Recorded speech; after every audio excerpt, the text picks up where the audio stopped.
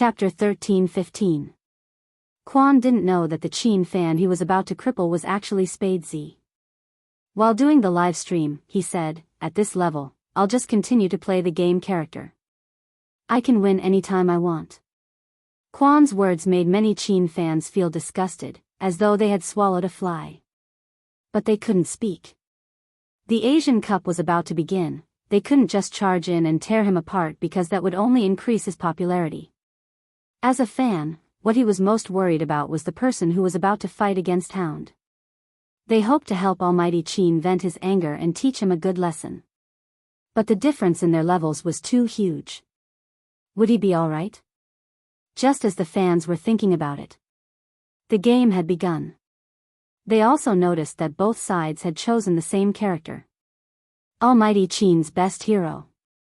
Quan sneered. "He's overestimating himself. After I use the blue buff, I'll send him back to the spring." Quan's speed wasn't bad, his moves were copied from Almighty Qin's previous videos. With a skill, he teleported to the jungle, starting from the blue buff. The more the fans watched, the more flustered they became. They had chosen Quan's perspective, and when they saw his maneuvering, their hearts sank. But right at this moment, a white figure darted in like the wind. First, he used a jungling skill to take away the blue buff, followed by a movement, the damage landing on Quan. He used a lightning strike to slow him down, his long sword sweeping across, not intending to leave after stealing the beasts. This person. He isn't just trying to steal the beasts. Steal the beasts?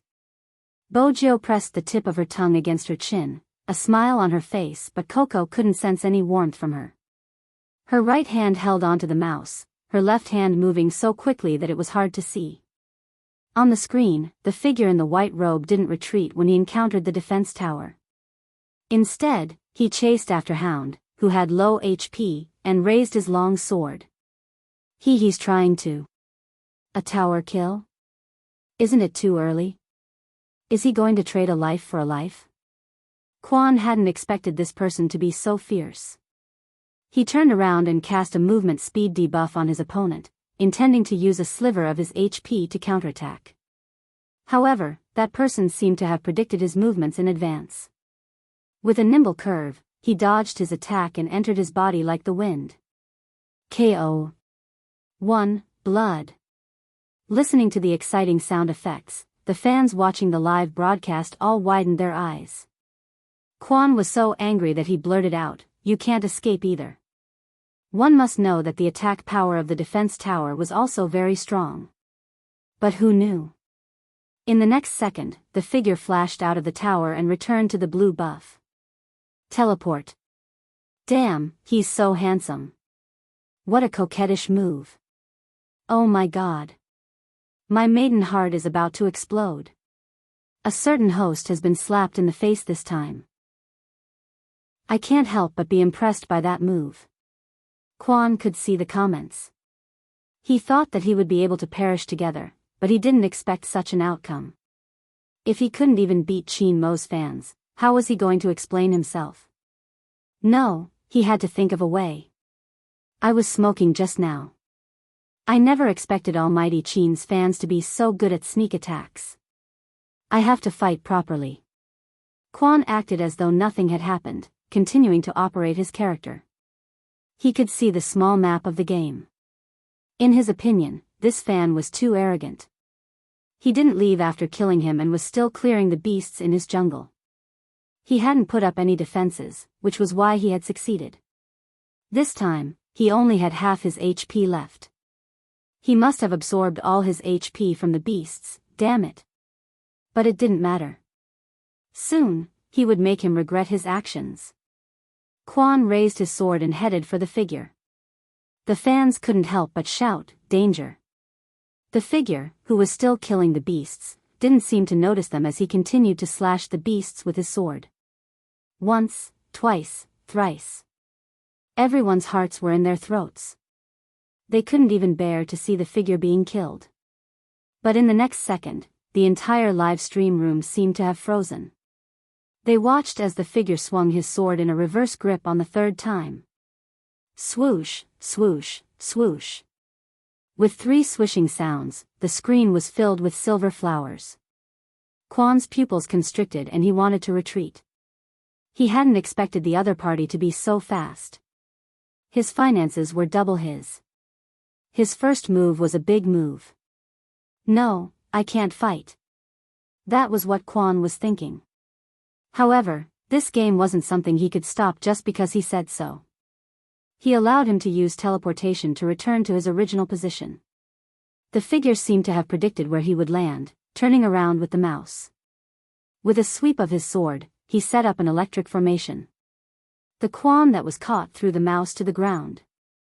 He couldn't avoid it, he couldn't avoid it at all. This person was like a ghost. What the hell?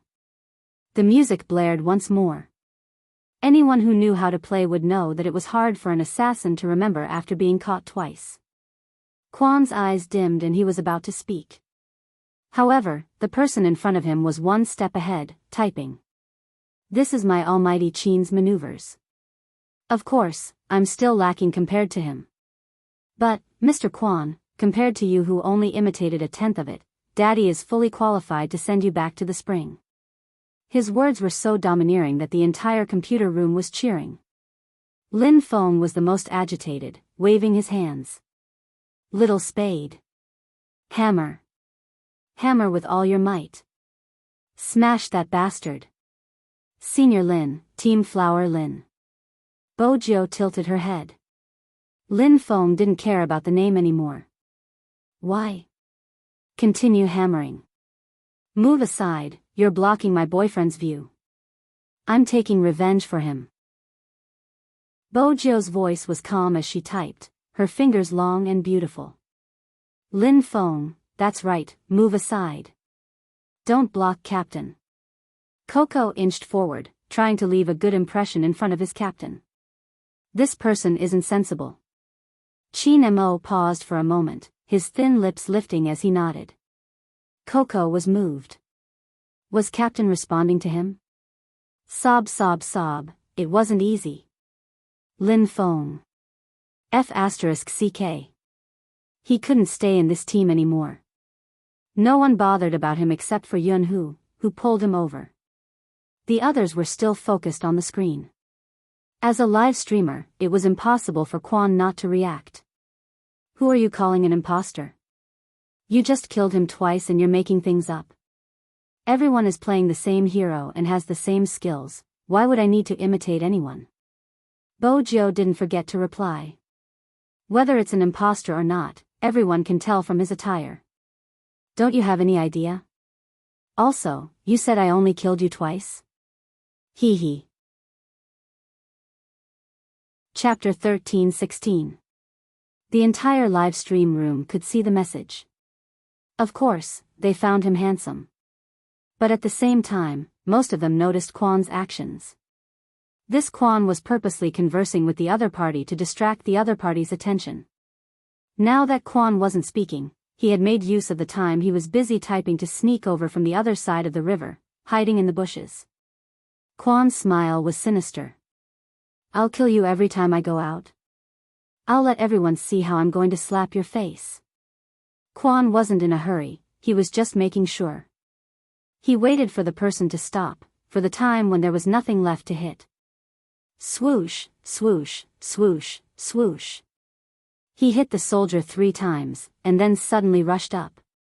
He wasn't slow. A big move landed on Bojo. In the blink of an eye, Bojo was left with less than 1/3 of her HP. F***CK, isn't he shameless? Lin Feng was an experienced gamer, with just one look, he could tell what he was up to. Little Spade had just finished typing and he was already charging forward. It was obviously a dirty move. Everyone assumed the person was going to die. They couldn't see the youngster in front of the computer moving her right hand swiftly, back and forth, drawing a letter on the mouse pad. Z. But it was precisely this kind of movement that allowed her in-game character to perfectly evade all of the opponent's attacks. Quan was taken aback by the back-and-forth movement. He had wanted to predict his opponent's movements, but now, he couldn't. Unexpectedly, the person seemed to be escaping. Escaping? That would be easy. Quan chuckled as he charged forward once more, about to catch up. Unexpectedly, the person dodged to the left, entering the defense tower. He was already at a sliver of HP, how could Quan allow him to escape? He had to take this HP. What he didn't expect was that the moment he entered the pagoda, the figure raised his sword, turned around, and enlarged himself. F***CK. That was Quan's first reaction. He dragged the mouse and retreated hurriedly. He had expected to reach the end. But, the defense tower. He still had to endure the damage from the defense tower. He could escape, he would definitely be able to escape. He had been so focused on escaping that he had forgotten about his movement skill. The defense tower and the little soldier's damage reached its target. Quan fell to the ground. The game music played once more. KO. The third time. This was already the third time. The fans watching the live broadcast were so excited that they wished they could run a few laps. But do you think this is the end? No. Because the silver-haired youth sitting in front of the computer leisurely typed a line of words. Do you find this scene very familiar? Familiar? How is he familiar? The fans were confused. But this didn't stop the smart ones from immediately grasping the main point of this sentence. Go. It was the same scene when he fought with Almighty Qin. Ah. I remember now. The last one. What do you mean by the previous round? Before anyone could explain, someone else said, if you didn't have the support to heal you in the last round, the one who died wouldn't have been my Almighty Qin, but you. Wow. It's really because of the last round.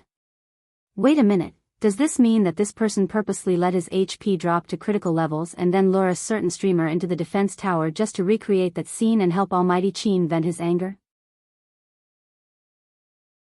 Chapter 13-17. A normal professional player wouldn't be able to do it, but if it's that person, it's possible. Fans who often watched the league knew who that person was talking about. Among the junglers on the national server, other than Almighty Qin, there was only one person who could achieve such an effect. The FC King of Zone C, Spade Z. Although that person hadn't appeared for a long time. But the players still remembered the first time they saw that person. That was how she was, using a lower-level account to kill a higher-level opponent. Every round, she would bring the team to victory. Even now, it was still the same. Cough, what should we do? The CP fans are imagining things again. This isn't about the CP fans, right? This is obviously the girlfriend taking revenge for her boyfriend. I'm guessing someone is definitely trying to make Almighty Qin happy. Look up at the sky, this display of affection is really admirable. Wait a minute, look at that person's ID, little sweetheart Qin is mine. I seem to have found out about a huge secret. My boyfriend saw you acting coquettishly just now and he's beside me now. He's jealous and I have to think of a way to make him happy. So Almighty Qin is sitting beside someone? The above commenter is the truth. Aya, as a boyfriend, he doesn't waste any words, he's going to catch him in the jungle. At this moment, Bojio saw the conversation on the public chat. Her fingers paused and she turned towards the Almighty seriously. Brother Mo, the whole world knows that I like you. MMH, when he raised his hand, he was still smiling. His hand landed on the youngster's furry head, feeling the warmth of his palm. He actually felt happy. Bojio took the chance to flirt. Look, I told you I wasn't lying to you, yet you're always on guard against me. In the past, you always wanted to marry me, when are you going to fulfill that promise? Don't keep dragging me, don't you know that chasing a girl can't be dragged out? Lin Feng and Coco were the closest to the two of them. When they heard the young man's casual words, their eyes widened like lanterns hanging outside. They looked at each other, their expressions and actions expressing the same meaning. F***CK, little Spade really did everything to get Captain's love. How could he say such shameless words? Lin Feng was the first to react. He turned to Bojio and cupped his fists. He was impressed. Bojo waved her hand calmly, smiling mischievously as a reply. It wasn't a big deal. I really can't compare. I can't compare. Lin Feng clutched his chest as if he had suffered a heavy blow. I finally know why I haven't been able to find a girlfriend for so many years. It's all because I'm too thin-skinned. I can't even compare to a girl. As he said this, someone responded to him. You still want to find a girlfriend? It was Yun Hu. He looked at him, a hint of coldness in his ink-black eyes. Lin Feng felt his scalp go numb from being stared at. He coughed lightly and said casually, I'm just giving an example. Chapter 13:18. Lin Feng's heart skipped a beat. Then he seemed to have recalled something, his fingers turning cold and flustered. He shifted his gaze. F***ck, don't joke around. Yun Hu's eyes dimmed. He didn't say anything but his expression didn't change. Qin Mo tapped the youngster's cheek. What do you think will happen if you drag this on? Like me being sad or something, Bojo replied. Qin Mo arched a brow. I made you sad? Bojo took a moment, feeling troubled. She hadn't. But before she could reply, the Almighty added. The Almighty added, even if you're sad, I can comfort you. MMH? Bojo heard it. Even though it was faint and slightly arrogant, she wanted to hear it again. The Almighty was comforting her? Qin Mo watched his clear eyes. Just as he was about to speak, a cold sneer came from the live stream. I was wondering who it was. So it's that androgynous person who disguised himself as a man in order to attract fans. Now, he's here to cause trouble for me. What's the point? No one wants to see you in the competition. Supreme Alliance too, they have so many almighties but instead, they have a troublemaker by their side. The pft caused Qin Mo's gaze to turn cold. Lin Feng was the first to react. F***ck, this person is asking for a beating. This time, Bojo remained silent. Qin Mo tilted, his right hand reaching over to snatch the keyboard in front of her. Brother Mo? Bojo tilted her head. That person's slender and good-looking fingers typed a string of words on the screen. Now let this boyfriend of mine fight you. You shouldn't be afraid. After all, you just killed me last time. That sentence caused a commotion in the live stream room. Boyfriend of this account? Boyfriend of this account. Almighty Qin. Ah, my almighty Qin. What's going on? Almighty Qin is going up. Even though I'm happy that Almighty Qin is going up, he isn't in a good state. The previous round, Quan glanced at the bullet screen before glancing down at the bottom of the screen. His lips curved into a mocking smile. Against the FC King, he might be caught and beaten up. But against Qin Mo, who wasn't in the same state as before, he was very confident. Almighty Qin is here?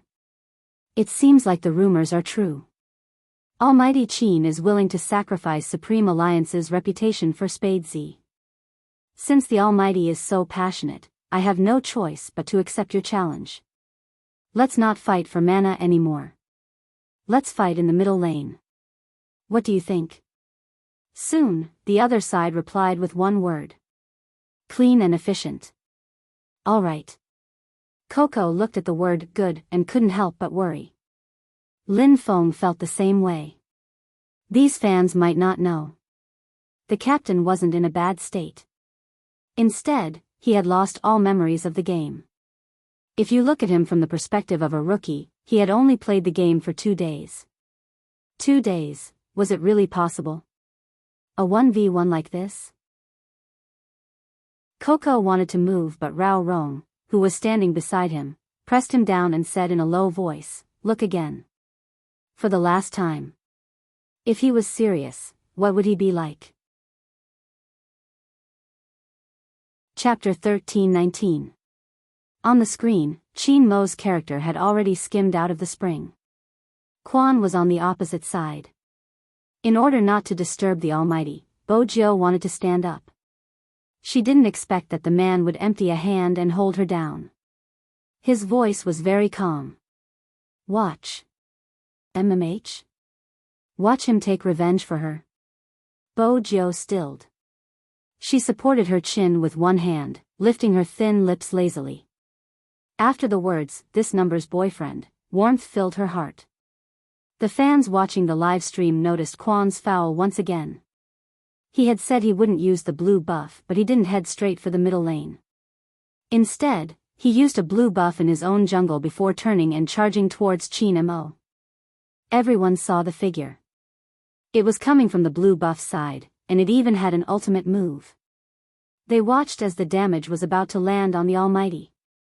Unexpectedly, at this moment, the figure was faster than him. With a movement technique, he retreated to the bottom of the tower with his long sword. Missed. It was obvious that Quan had missed his big move. He couldn't accept it, mocking the beasts by the grass. Almighty Qin? Why did you retreat to the bottom of the tower? How are you going to fight if you don't come out? Don't tell me he's scared. The moment he finished his sentence, a silver light flashed across the screen. Everyone watched as a silver light flashed across the screen. In the blink of an eye, it had landed on Hound's body. The electric circle had taken away a quarter of Hound's health. You want to kill me in your current state? After Quan was slowed down, he flipped his hand and gave Qin Mo another big move, his tone smug. You fell for it, old man. This time, the damage was very high. Almost all the sword lights hit Qin Mo's body. Lin Feng clenched his fists, wishing he could join the fight himself. Coco pinched the fluffy bunny in his arms. The fans watching the match did not dare to look at this scene. After all, it wasn't possible for the Almighty to do such a thing. When had he ever been suppressed by someone? Everyone still remembered that even if his hand was injured, as long as he picked up the assassin, he would be able to fight 1 against 3 in the later stages. But now, he had made an obvious mistake in such a simple judgment. That's it. End your esports career. It's time to give the opportunity to us newbies who haven't been able to stand out. Quan laughed sinisterly as he raised his sword and was about to chase after the white figure in front of him and kill him. Everyone thought that Almighty Qin was dead for sure. But at this moment, the people who were watching from the dog's point of view only felt that the person in front of them had disappeared in an instant. Just like Quan, they were all stunned. In the next second, he remembered that it was a teleportation skill. Almighty Qin was behind him. Quan's movements were quick. You want to lie to me? Dream on. The moment he turned, he wanted to give Qin Mo a fatal blow. Let's see what you can do this time. But just as his long sword was about to fall, the figure in front of him was 1 step ahead of him, moving towards the bushes. Then, with a backhand, he raised his sword and enlarged it. Swoosh, swoosh, swoosh, swoosh. The silver-white sword light seemed to be singing an idyllic song as it revolved around him. Quan's eyes narrowed. His fingers involuntarily pinched the mouse in his right hand. When did he use such a powerful skill? When he had returned to the tower to clear the troops. Which meant that Qin Mo hadn't returned to the tower to hide, but to wait for the skill. Attack? Chapter 13:20. They were clearly separated by a screen. However, the moment the silver light rose, Quan actually felt his entire right hand aching. He thought of retreating, or perhaps moving forward. It was that 1 second of hesitation. The game's music started playing. K.O. Quan watched as his character fell to the ground, covered in blood. In the end, he didn't even have the chance to turn the situation around. Beside the bushes, that person held a sword in his right hand. He stood tall and straight, his white robes fluttering in the wind. His side profile was handsome, and the silver light on the screen seemed to be reduced to his background. Not to mention the comments that flooded the public chat. Counterattack with low HP. This was a true counterattack at critical health. Holy sh*T. It's so cool. Almighty Qin isn't fighting, he's showing off his skills.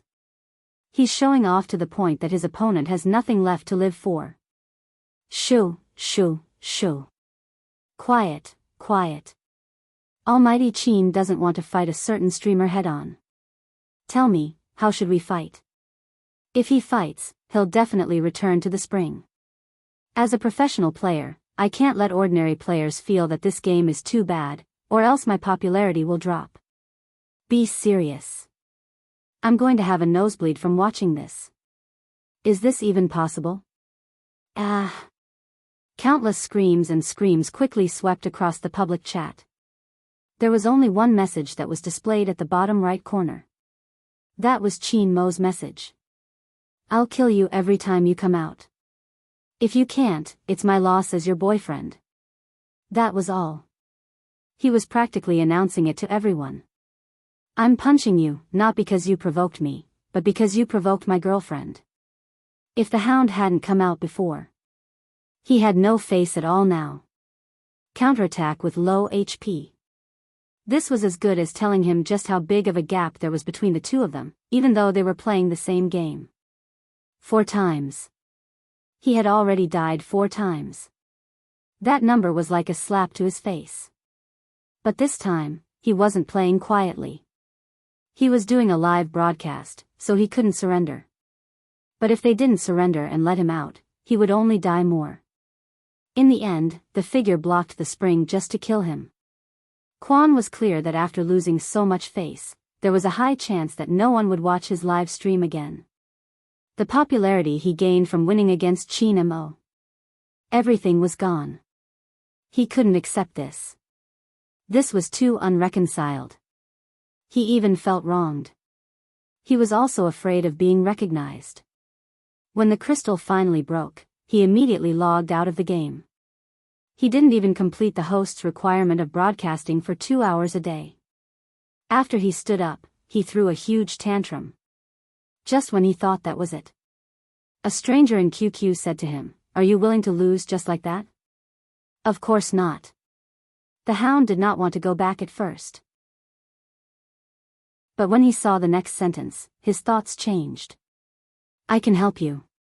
I know everything about Qin Mo, and you're right.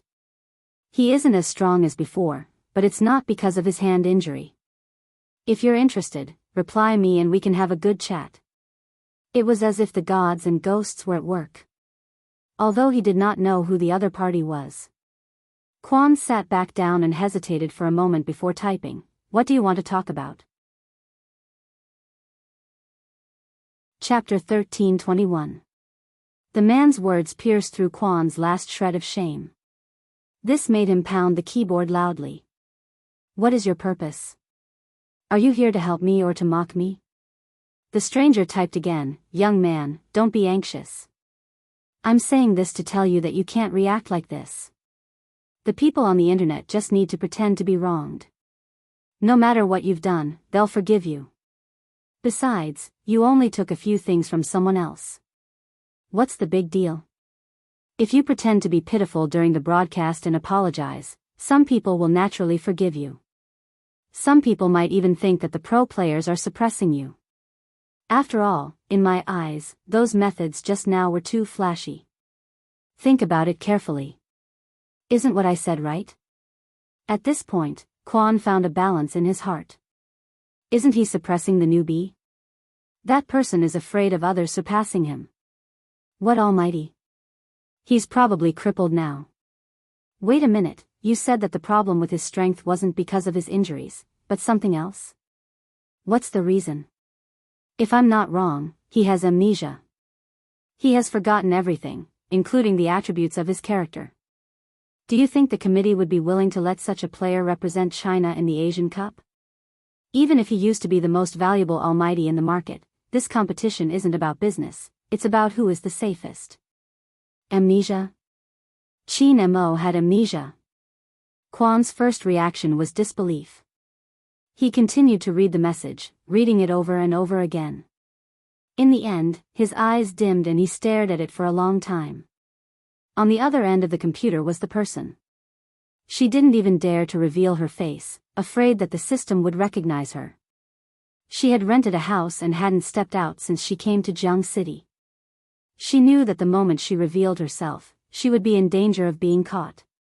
She didn't know why the special forces were chasing after her relentlessly. If not, she wouldn't have to hide in a corner. But soon, she wouldn't have to live in such a sullen state. She had always known that the information she had could bring that person to her side. She had even triggered him mentally. Why would he waste his time on gaming? Right now, he should be on their side. She didn't have to think to know that the moment he saw them. Murderous intent surged in his heart. He was such an outstanding person. He should rebuild their organization with her. If he had been the hypnotist, Fan Jia believed that no matter how skilled he was, he wouldn't have been able to solve his crimes. Soon, she would get that man back. Firstly, he must not participate in the Asian Cup. As for his team members, they could no longer come into contact with him. If this news was released, it would definitely cause some disintegration, no matter which side it was. Fan Jia had seen the Qin Group's PR, it was indeed good. But how could they do PR for such a thing? She had wanted to send this message the moment she arrived in Jiang City. But Fan Jia knew that someone had to follow up on this. She couldn't just expose herself like this. Now, there was such a person. Chapter 13:22. No one in the engine room knew what they were about to face. It was the most basic kind of courage. Seeing Qin Mo smash into pieces, his heart was filled with joy. Bo Jiu was happy too. After all, the Almighty had admitted to the entire server that he was her boyfriend. He had even admitted it 3 times. Rao Rong stood there, deep in thought. How did you get your maneuvers? Wasn't it just a casual game? Qin Mo asked casually, his brows arched. Casual game? Rao Rong paused, breaking into a smile. You are really, sometimes, he had to acknowledge the existence of a genius. Then why didn't you make any predictions during the previous match? Qin Mo glanced up, looking lazy. I haven't seen that character. It happened in an instant. Everyone in the engine room stilled, turning to ask, Captain didn't play the game after you came back? That wasn't possible. Wasn't there a video online about little Secretary Qin being my wife? He played the opening, I played the rest while he watched from the side. But I didn't have any controls in the 2 matches I played yesterday. That was why Captain hadn't predicted his opponent's skills. That was because he only knew a few characters in the game. In other words, as long as he familiarized himself with all the characters, he would be able to regain his previous abilities. Of course, there was also his familiarity with the keyboard and mouse. The latter wasn't the most important. Because in that match just now, they had discovered something. Even though he had lost his memory, Captain's body still remembered, instinctively executing the most precise maneuvers. This wasn't related to intelligence. It had been 3 years. He had been training every single day for the past 3 years. While everyone said he was talented, they couldn't see the calluses between his slender fingers and the lack of rest in his neck. They were afraid of falling sick in their line of work. They didn't dare to get sick. Especially when it was time for the competition, they were afraid it would affect their condition. He smoked more fiercely than the average person. Perhaps it was because of these sacrifices that others couldn't see that he had walked out and become the carry that every boy liked, the strongest jungler in the entire game. With such a past. In that instant, he didn't have to be afraid of anything. Now, he just needed time. Lin Feng was the most excited. Let's start today. Let Captain use all the game characters once. As long as we have enough time for Captain to familiarize himself with these characters, we will be able to participate in the Asian Cup the day after tomorrow. 2 days. No, to be precise. It should be less than 2 days. 36 hours. Excluding the time for eating and sleeping, there were only 24 hours left. He had 24 hours to familiarize himself with all the characters in the game, and he clearly knew what methods to use to evade, the recovery time of the opponent's skills, the damage dealt, and the skills used. It was too difficult. It was too difficult. But if it was the captain, there was still hope. At that moment, everyone turned around and looked at Chin and Mo. The light in their eyes was so bright that it was almost shocking. But soon, she saw that handsome and indifferent side profile. Their hearts skipped a beat again. Would the captain agree? Chapter 13:23. Captain. Captain. Coco and Lin Feng spoke at the same time. But none of them were as direct as Rao Rong. Do you still want to come back and continue the competition? Chin and Mo glanced at him. There wasn't the slightest hint of joy or anger in his gaze, just a slight indifference. In the end, Rao Rong was defeated. What exactly did he mean? Chin and Mo stood up, one hand in his pocket as he shifted his gaze away, seemingly searching for something. In the end, his gaze landed on Lin Feng. When everyone saw Lin Feng being stared at like this, they quickly shifted their gazes. Lin Feng, who was the center of attention, felt his scalp go numb. The pressure from his captain's gaze was immense. That. He cleared his throat, about to speak when Chin Mo's voice came over. I don't remember anything now. If I don't drag you down, I can join your competition. But as a condition, I'm curious about one thing. Chin Mo's voice drifted over, sounding lazy and black-bellied. I don't remember anything now. What is it? Lin Feng was a little frightened. Why did the captain look at him when he was curious? It couldn't be that he saw him in a different light, right? That was this person. Before Lin Feng could think of anything else, Chin Mo had already raised his left hand, tapping the top of Bojo's head.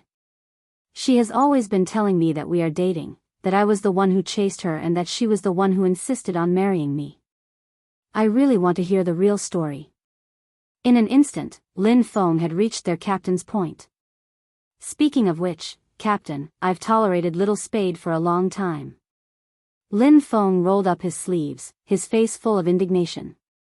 Really, how could she say that you liked her so much that you wanted to marry her? Even though you really liked her, everyone knows that it was Little Spade who chased after you. The first time she saw you, she said that she wanted to provide for you. But to be honest, the Fu family's money isn't enough to provide for Captain. Besides, no one knew she was a girl at that time and she would confess to any handsome guy she saw. I don't know what kind of person she is. Bojo. She finally understood how it felt to have a useless teammate. Team Flower Lin, you don't have to say the last sentence, okay? Confessing to every handsome guy you see? As expected, Chin Mo smiled. His beautiful peach blossom eyes slowly narrowed. Looks? Lin Feng nodded.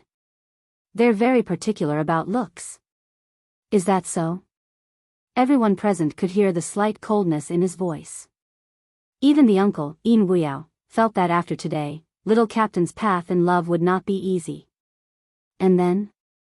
Chin Mo's nonchalant voice rang out again. Bojo took the chance to pinch him. Lin Feng's expression instantly turned solemn, cursing in his heart. He appropriately kept away some of Little Spade's dark history and started to pick the nicer parts. Then, she seemed to have changed into a different person, rejecting you in the game.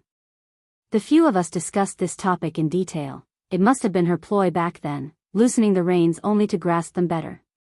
She wanted Captain to notice her. After all, in the game, no one would ever reject Captain. Chapter 13:24. MMH, it's a trap. Coco added. Captain, you might not know, but she was still typing on the internet.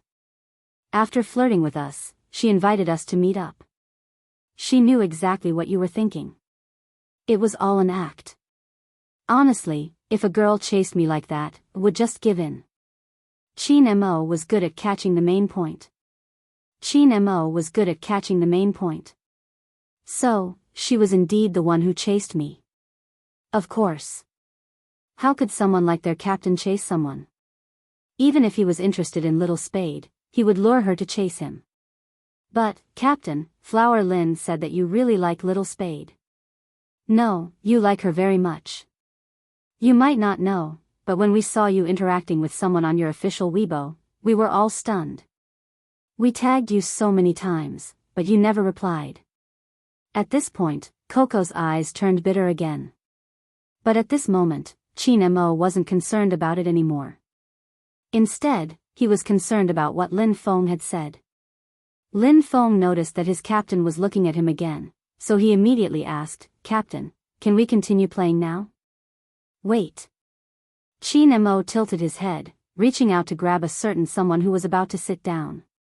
He didn't look at her. Instead, he said to everyone present, "We need some private time." After saying that, he took the man away. In the computer room, the Supreme Alliance members looked at each other, then their gazes landed on Lin Feng again. Lin Feng had received too much attention that day. The naive and innocent him didn't understand, so he scratched the back of his head. "Why are you all looking at me like that?" "Nothing."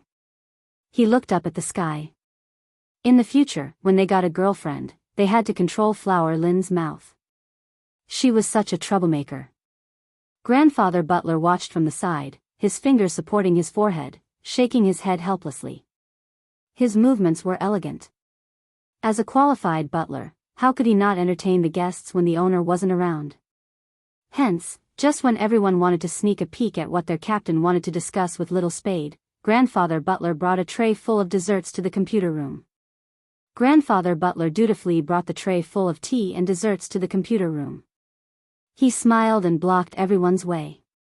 "I think you need some dessert now."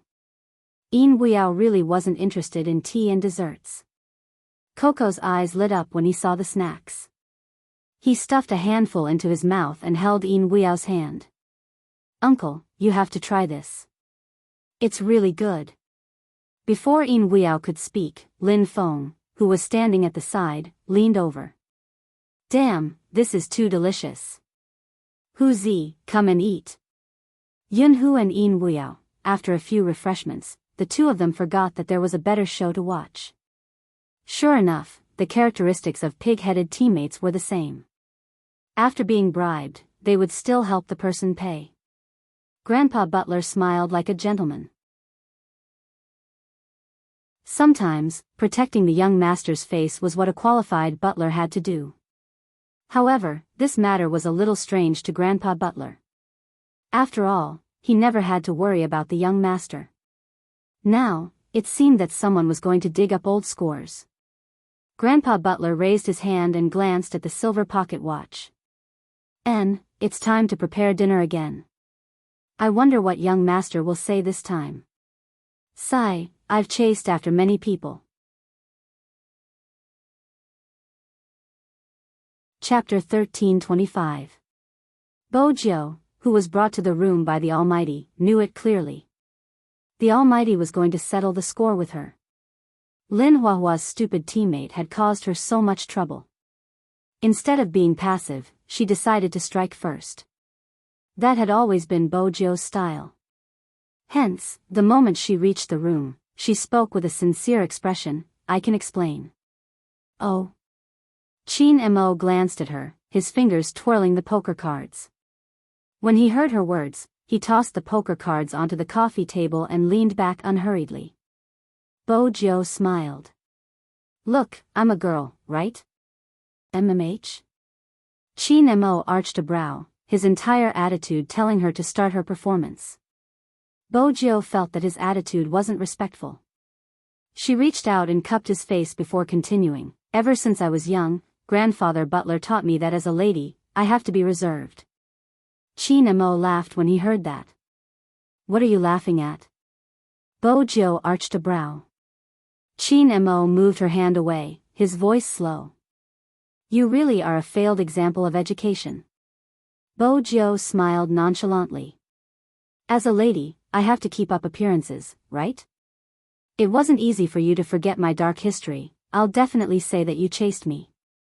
"There's nothing wrong with that, Brother Mo. You seem rather happy that I lost my memory."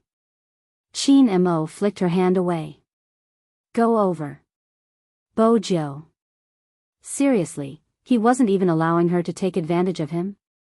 It seems like my sugar daddy doesn't know how to grasp the main point. Chin Mo chuckled, the corners of his lips lifting. Let me rephrase my question. Is it your hobby to confess whenever you see a good-looking person? Bo Jiu immediately denied. Of course not, it's a misunderstanding. Is that so? Why don't we have a chat? How many times have you confessed to me? Chin Mo's chuckle was especially dangerous. Bo Jiu glanced up. The first and the only one. Chin Mo watched her bright black and white eyes. They were so clear that only his face could be seen. He hadn't expected such an answer. After all, those words of ridicule just now didn't seem to be made up. Bo Jiu pursed her lips. Honestly, Brother Mo, you're so good-looking. Other than you, who else do I need to confess to? Heh, this sentence was meant to coax him again. But at this moment, Chin Mo tilted his head, the smile at the corner of his mouth clearly visible.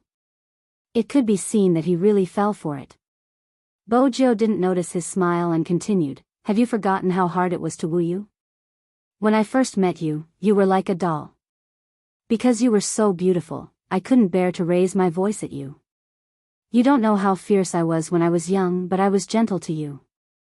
It's a pity that you didn't appreciate it and always complained that I was dirty. You would wash my hands for me before meals, after meals, and even before bed, as though I was a troublesome person. But as the saying goes, beauty is in the eye of the beholder.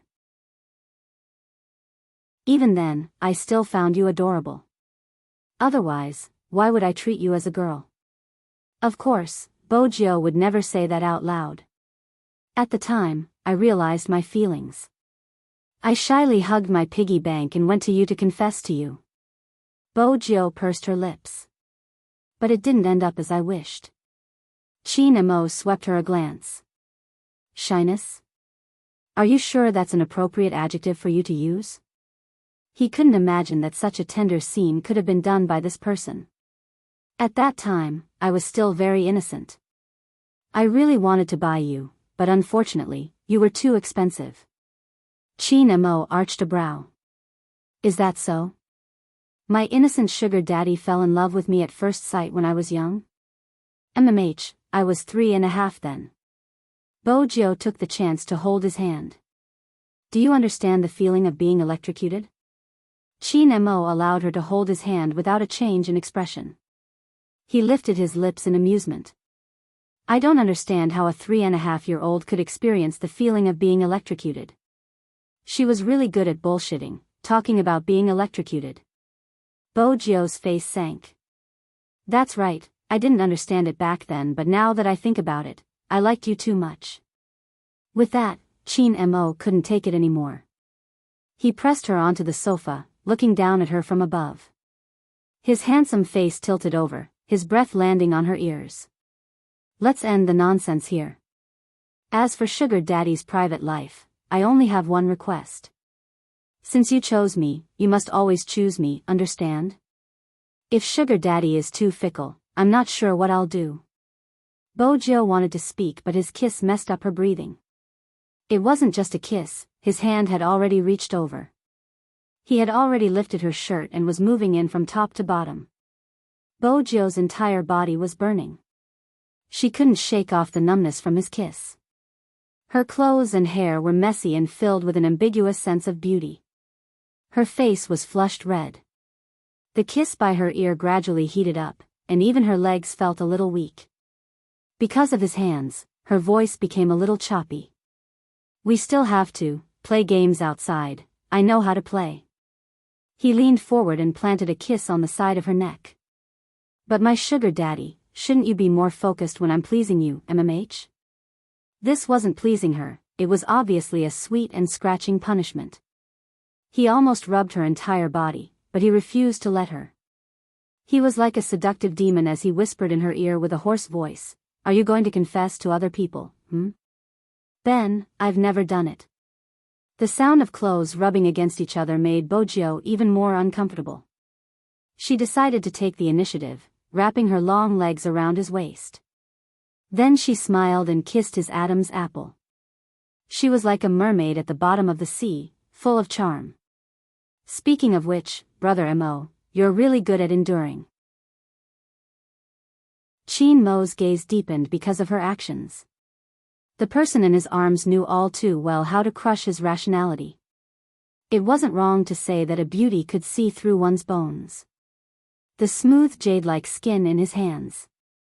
Moreover, when she spoke, the corners of her lips lifted and the bewitching dot at the end of her eyes seemed to have been purposely placed there to seduce Scholar. She seemed to be ready, waiting for someone to pluck her. Her clothes were messy, her collarbones exquisite, the curves of her breasts round and round. Her top was lifted, revealing a smooth, white skin. It was enough to ignite anyone's impulses. Moreover, such a scene was created by him, including her emotions. Qin Mo pulled his hand back, breaking into a slow smile. Do you want to stay in bed the entire day? Don't you want the game anymore? If that's the case, you can continue seducing me. Bojiu changed her position, becoming a little gangster. What a pity, the time and place aren't suitable. You don't have to feel pity, you can continue if you want. With that, Qin Mo leaned forward, the smile on his thin lips obvious. Bojiu finally managed to get him to stop. She wasn't stupid enough to continue being punished. It's okay, we have important matters to attend to. You have to know that I'm a considerate girlfriend. Qin Mo arched a brow, releasing her. Bojiu reached out to straighten her top, pulling the Almighty to leave. The man didn't move. He tilted his head and glanced at her again, letting her drag him. He casually supported his chin with one hand and said in a hoarse voice, "Are you going to let me go like this?" What was wrong with that? At the start, Bojiu didn't understand what he meant. But when she lowered her lids, her long legs touched the part that had obviously changed, her face heating up. But he was still the same, noble and abstinent, making her want to touch him. The Almighty was probably the only one who could be so seductive when he was aroused. After half a minute, that place didn't seem to be cooling down at all. Bojiu maintained her previous position. Do you need my help? How? Qin Mo glanced over. Bojiu said something in a low voice. Qin Mo laughed. With my hands? Bojiu replied, her eyes beautiful. Why? You don't like it? She was really daring. She was always so direct that people couldn't handle her. Qin Mo watched as she was about to move, her disguise about to be removed. He pressed her hand down. You're just adding fuel to the fire, you're going crazy. This was the first time the Almighty said such words. She stilled and was pulled into the bathroom. He turned on the cold water. He made her stand outside the frosted glass. Even so, Bojiu could feel his aura fluctuating. 5 minutes. Indeed, it was faster than her helping him. When he came out, he had already changed his clothes, one hand pressed against his head, his black hair still dripping with water. He was fresh from a shower. Just like that, they left the room and walked towards the computer room. Lin Feng was still eating. When he saw the two of them, he immediately asked, Little Spade, what are you guys talking about? What took you so long? Why did Captain take a shower? We're almost done with the dessert grandfather butler prepared. Bojiu picked up the remaining blueberry dessert gracefully and stuffed it into his mouth. She smiled. Senior Lin, you shouldn't speak today. Lin Feng widened his eyes, confused. Why didn't she allow him to speak? Bojiu tilted her head and asked the Almighty, Brother Mo, why did you ask him when there were so many others? If she had asked someone else, her dark history wouldn't have been dug up. Of course, it's because Captain trusts me. Lin Feng was about to puff up his chest when his captain interrupted him leisurely. However, his actions were interrupted by his captain's unhurried words, because the characteristics of a pig-like teammate are more obvious. In an instant, Lin Feng froze. Had Captain really lost his memory? Why hadn't his venomous tongue gotten better? How scary. Even after losing his memory, Captain was still so cunning. Chapter 13:26. Let's begin, isn't there not much time? Chin Mo sat down, one hand supporting his chin as he nodded towards the seat beside him.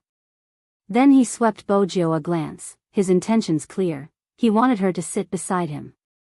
Bojo knew, but she arched a brow. You want me to sit? Why? Do you really want to sit on my lap? Chin Mo asked as he switched on the computer, tilting his head in amusement. She wasn't as good as the Almighty in terms of language. Hence, she opened a room and chose the 1v1 mode.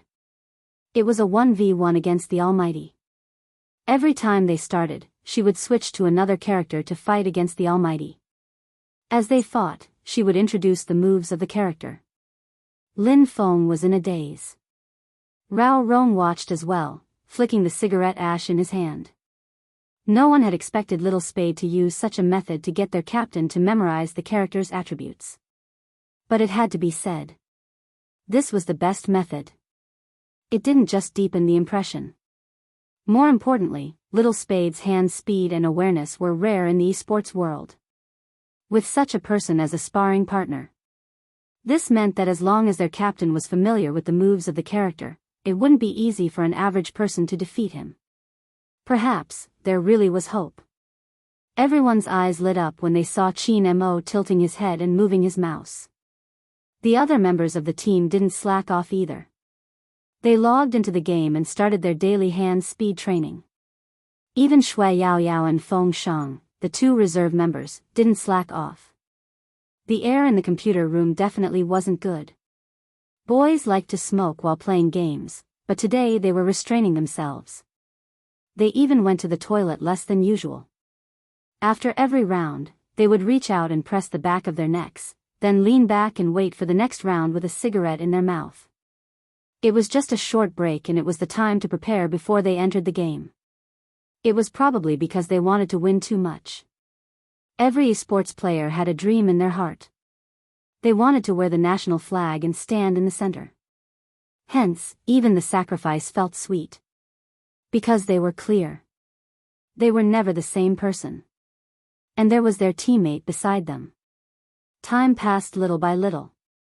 The old butler, who had pushed open the door to call the guests down for dinner, paused when he saw this scene. He had never seen a room with such bad air quality in the castle or anywhere else. However, he was surprised that he felt happy. Ever since he was young, although the young master was very likable, he didn't have many friends. Having a group of people visit his home was something that had never happened before. Speaking of which, this was the first time he helped the young master entertain guests. Perhaps there was nothing wrong with a change of environment. If it wasn't a coincidence. Young master would probably never know these people. But now, he saw that because of these people, the young master's aura had finally increased. That feeling was hard to describe. When he first came into contact with the young master was still young and had no mother since birth. All her topics revolved around the pet. Later, when the owner passed away, the young master became quiet. He even talked less and less about the pet, to the point that he almost forgot about the existence of such a person. In the Fifth Avenue, the young master was wanton and mysterious. No one could catch her. Her whereabouts were uncertain and she came and went alone. She could always be seen smiling in a black motorcycle suit in the noisy nightclub. This kind of life was indeed carefree. But no one knew. When he returned to the castle, the young master hugged the small keyboard and sat on the floor of the heater drinking wine. Elegant and lonely. She liked to play an old movie, Interview with the Vampire at night. When she saw him coming, she would smile and say, "That morning, before I became a vampire, I saw the sunrise for the last time. I remember all the details, but I have forgotten all the sunrises before that. I enjoyed this spectacular view for the last time, as if it was the first time I saw it. Then I said goodbye to the sunlight and became what I am now." Grandpa Butler, me too. I said goodbye to the sunlight and became what I am now. At that time, the old butler swore to stay by this child's side for the rest of his life. It was all right now. Not only him, but more people were by her side. That was the most important thing. The corners of Grandpa Butler's lips curved slightly. He didn't disturb the group of professional gamers. She packed the dishes on the dining table in exquisite boxes and placed them in each person's hand. As a qualified butler, how could he not be able to do such a small thing? However, these children were really putting their lives on the line. When they saw the boxes, they thanked him and started to eat while entering the game. They had to play 2 rounds of games to finish a meal.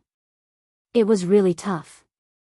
The clock on the wall turned another 3 squares. When Yunhu stood up and wanted to raise his hand to smoke a cigarette, the person sitting beside him tilted his body and rested his head on his left arm. It was Lin Feng. He was probably too tired from the 2 days of training and fell asleep while sitting. Yunhu paused, holding the cigarette in his hand.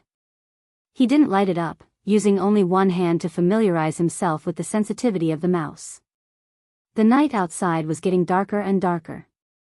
But in this small computer room, gentleness could be seen everywhere. Shui Yao Yao fell asleep on the keyboard, Coco's down jacket draped over her body. He had intentionally lowered the brightness of the screen. Bo Jiu was still explaining the skills of the character, but her voice was clearly much softer. In such a dark night, it was like flowing sand, making one feel extra warm.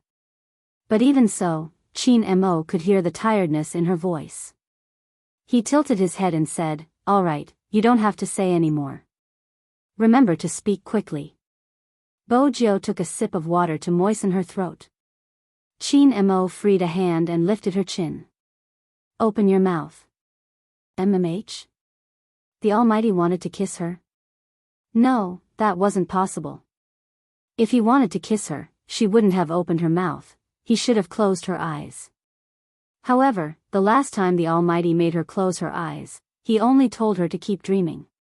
He really didn't have a shred of humanity in him. Other people's boyfriends were meant to be sweet, but hers was probably meant to train her ability to withstand blows. "What are you thinking about?" Sure enough, a smile similar to the one before appeared on that extremely good-looking face, with a hint of playfulness. Bo Jiu was about to say that she hadn't expected him to pinch her chin for a kiss. Just then, something touched her lips. It was soft and slightly cold. It was like the lightest ice cream. Chapter 13:27. Bo Jiu's fingers paused. She tilted her head and saw his face. His lashes were long and narrow. Because of his actions, it hit her face. It was so good-looking that it didn't seem real. The kiss didn't last long. Fortunately, her teammates were focused on the game and no one saw it. Actually, someone had seen it.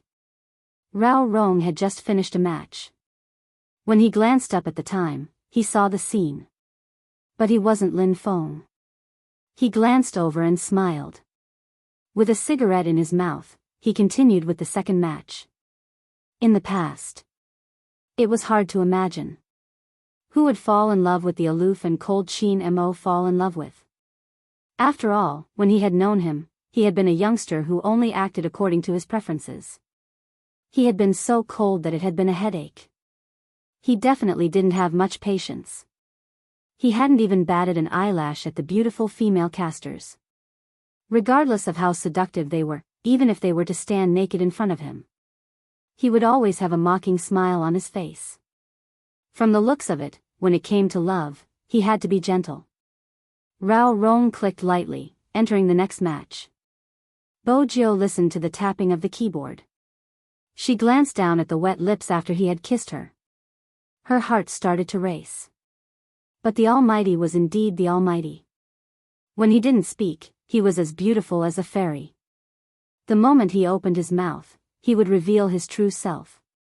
Just as you said, the kiss is over. Open your mouth and let me take a look. What am I looking at? Bo Jiu did as she was told. Judging from the Almighty's expression, if she didn't listen, he would throw her out of the window. Qin Mo looked at himself. When he saw the redness in the middle of her throat, his deep eyes narrowed slightly. As expected. Brother Mo? Bo Jiu arched a brow. She didn't understand what he was looking at. He walked out and asked for a peppermint candy from someone. He stuffed it into her mouth and said in a lazy tone, "Say one more word and I'll quit the game." That was when Bojio realized that he was feeling heartache for her throat. She couldn't help but smile, but she couldn't make it too obvious. Otherwise, the Almighty would say that he was proud again. She sat there for a while before moving again. She leaned over and kissed his ear. "Brother Mo, thank you. The candy is delicious." Chin Mo's hands paused. He forgot to deal damage and was killed by the tyrant. When he pulled himself out of that guy's aura, there was already a line of dots on the screen. Is my assassin sleepwalking? He was killed by the tyrant? An assassin can't even kill a monster. I feel like I'm going to lose again. Alright, my mentality has collapsed. How am I supposed to fight like this? Bojio, who hadn't entered the game, turned to take a look. However, Chin Mo raised his hand, blocking her from reaching over. His tone was casual. "Get me a glass of water. Isn't there one here?" Bojio pointed to the glass of water beside him. The number 1 jungler, who had been killed by the tyrant, replied expressionlessly, "It's cold, I want a cup of hot tea to wake me up." "Alright, I'll go look for Grandfather Butler." After reviving in the spring, Chin Mo darted into the jungle once more. This time, he didn't just kill the tyrant, he had also taken away the ADC.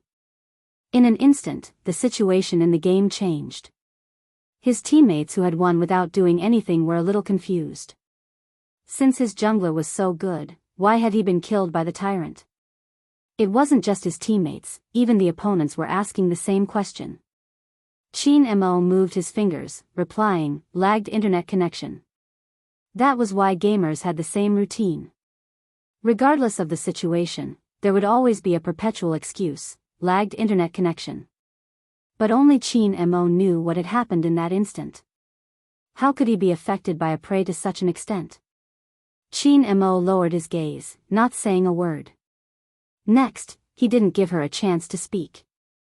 When he saw that she was about to explain, he stuffed a piece of candy over. Looking at the man's wavering eyes, Yi Zichen felt a chill run down his spine. Chin Mo sneered, she obviously wanted him to feed her the candy personally. It wasn't easy to get tired when they accompanied each other. But in the wee hours of the morning, his shoulders couldn't take it. The weather outside was getting cold.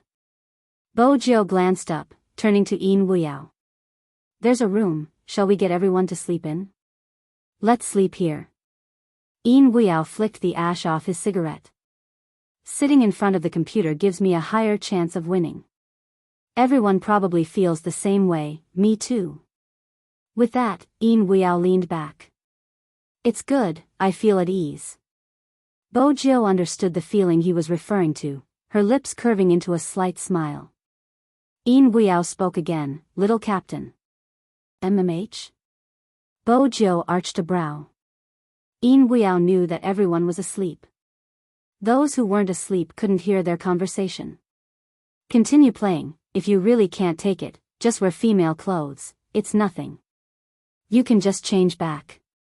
"I promised I promised my mom that I wouldn't play anymore." Bojio tilted her head. "Besides, Rao Rong is here, even without me, as long as the Almighty recovers, Supreme Alliance will still be able to clinch the championship. I've seen the comments online, it doesn't affect me in that aspect, but I don't want people to talk about my gender when you are trying so hard to win. That wouldn't be fair to those who are serious about the competition. Most importantly, I don't want any black marks on his almighty record. Uncle Ian, do you know? That person should stand on the altar, clean and innocent. He shouldn't be like this, where a small streamer could diss him. The moment someone appeared, they would say that he couldn't play anymore because of someone else. He would be treated as the most dangerous person there. All of this. He shouldn't have experienced it. He should have been held in her hands. Regardless of when. With that, she glanced out of the window, the lights of the entire city reflected in her eyes. No one knew. How did success come about? Perhaps, no one would care. When this group of people was tired, they would just lie down on the keyboard and close their eyes to sleep. What was the reason? They wanted to win. They wanted to win so badly. They wanted to prove themselves, their teammates, and their team. But how could she become a stumbling block at such a time?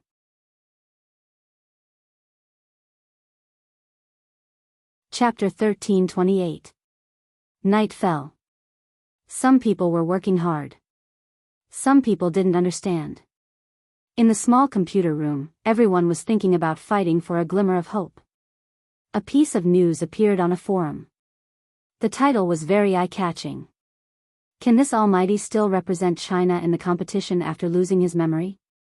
Memory loss?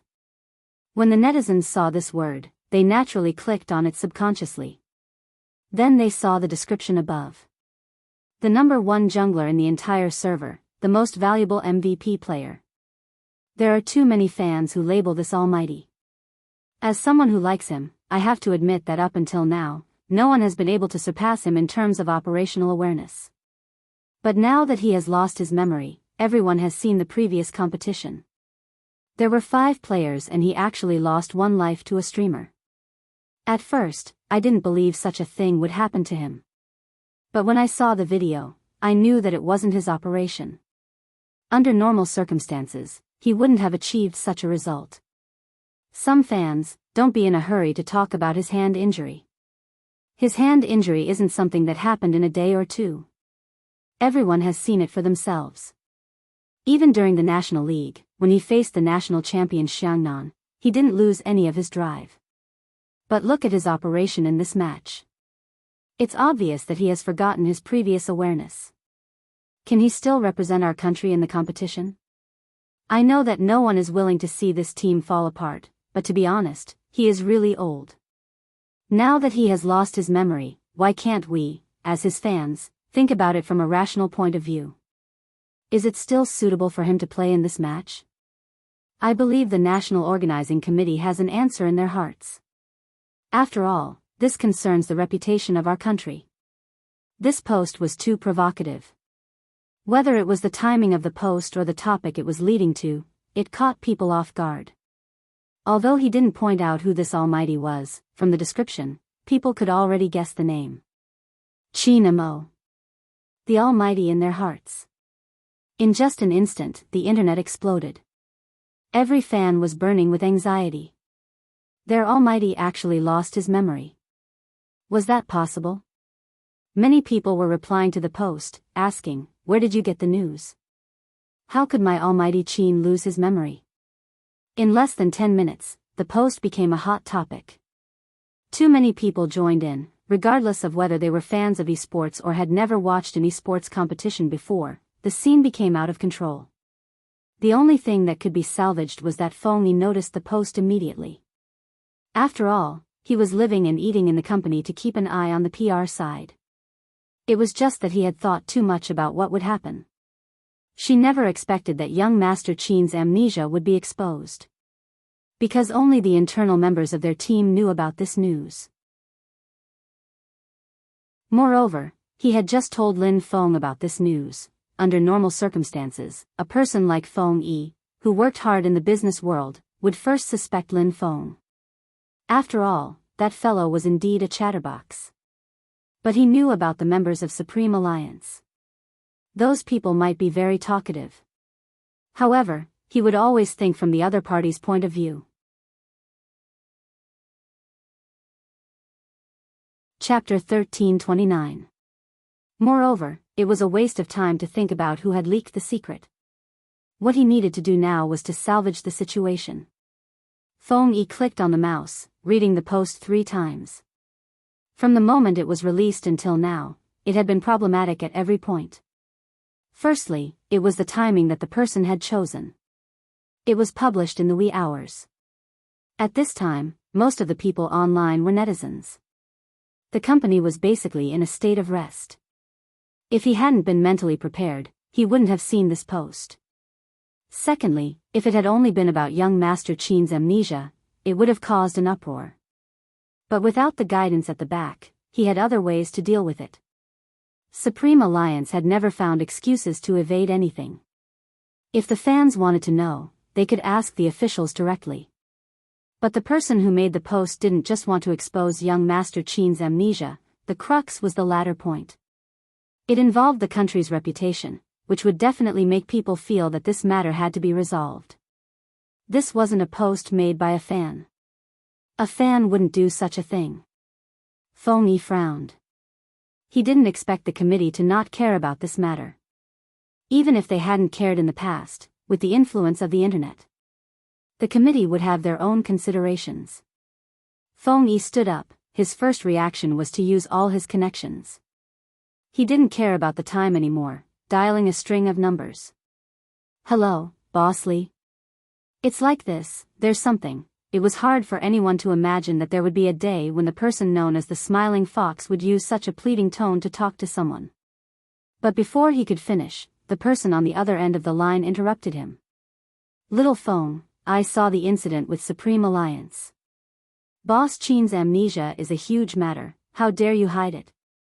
It's not that I want to criticize you, but why are you getting worse and worse? It's such a huge piece of news, it's impossible for me not to expose it. I've given you enough face, so don't call me anymore. He wasn't calling Boss Feng warmly, but Little Feng. Feng Yi's fingers froze when he heard the busy tone. The little assistant had woken up as well, watching from the side. Her eyes reddened instantly. What she didn't expect was that the man standing in front of the desk didn't pause at all and made a second call. Again and again, he was rejected and even mocked.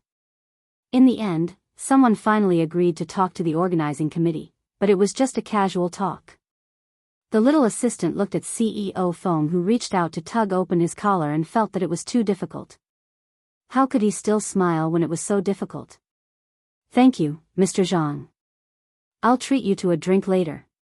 After Feng Yi hung up, the assistant walked over and saw him light a cigarette. She called out, CEO Feng. Feng Yi acted as if he hadn't heard anything, obviously thinking about something else. The young assistant raised her voice. How did you do it? What? Like now, I can endure those things. Feng Yi paused, his thin lips curving upwards. Back when Supreme Alliance was first established, we encountered a lot of such incidents. We are an esports company that deals with the internet. Back then, no one admitted that Supreme Alliance could become popular. We only relied on young Master Qin's face to pull in many resources. Compared to then, things are better now. You call this better? The little assistant didn't understand. Feng Yi chuckled. Of course it's better. Now, we are a team that won't embarrass anyone on the battlefield. It's been 3 years and we still have the fans that have been following Supreme Alliance for 3 years. But those fans. The little assistant was agitated. If it wasn't for them online, before the little assistant could finish, Feng Yi interrupted her. Don't you misunderstand the word fans? Of course, those troublemakers aren't fans. The fans I'm talking about are the people who are still waiting for young Master Qin and Little Spade to come back. They have feelings. Feelings are a mysterious thing, but everyone will think about it in the dead of night. There is a group of people who, even if they are scarred, broken, and no longer perfect, they will still be able to see them. But what they want to see the most is this group of people, a team that doesn't have a single member. The little assistant was almost disheartened after reading so many replies. Do such fans exist? Yes. Feng Yi glanced back, his eyes bright. There is one thing you have to believe, the type of team Supreme Alliance leaves behind depends on the type of people. The little assistant froze. Everyone said he was a cunning businessman.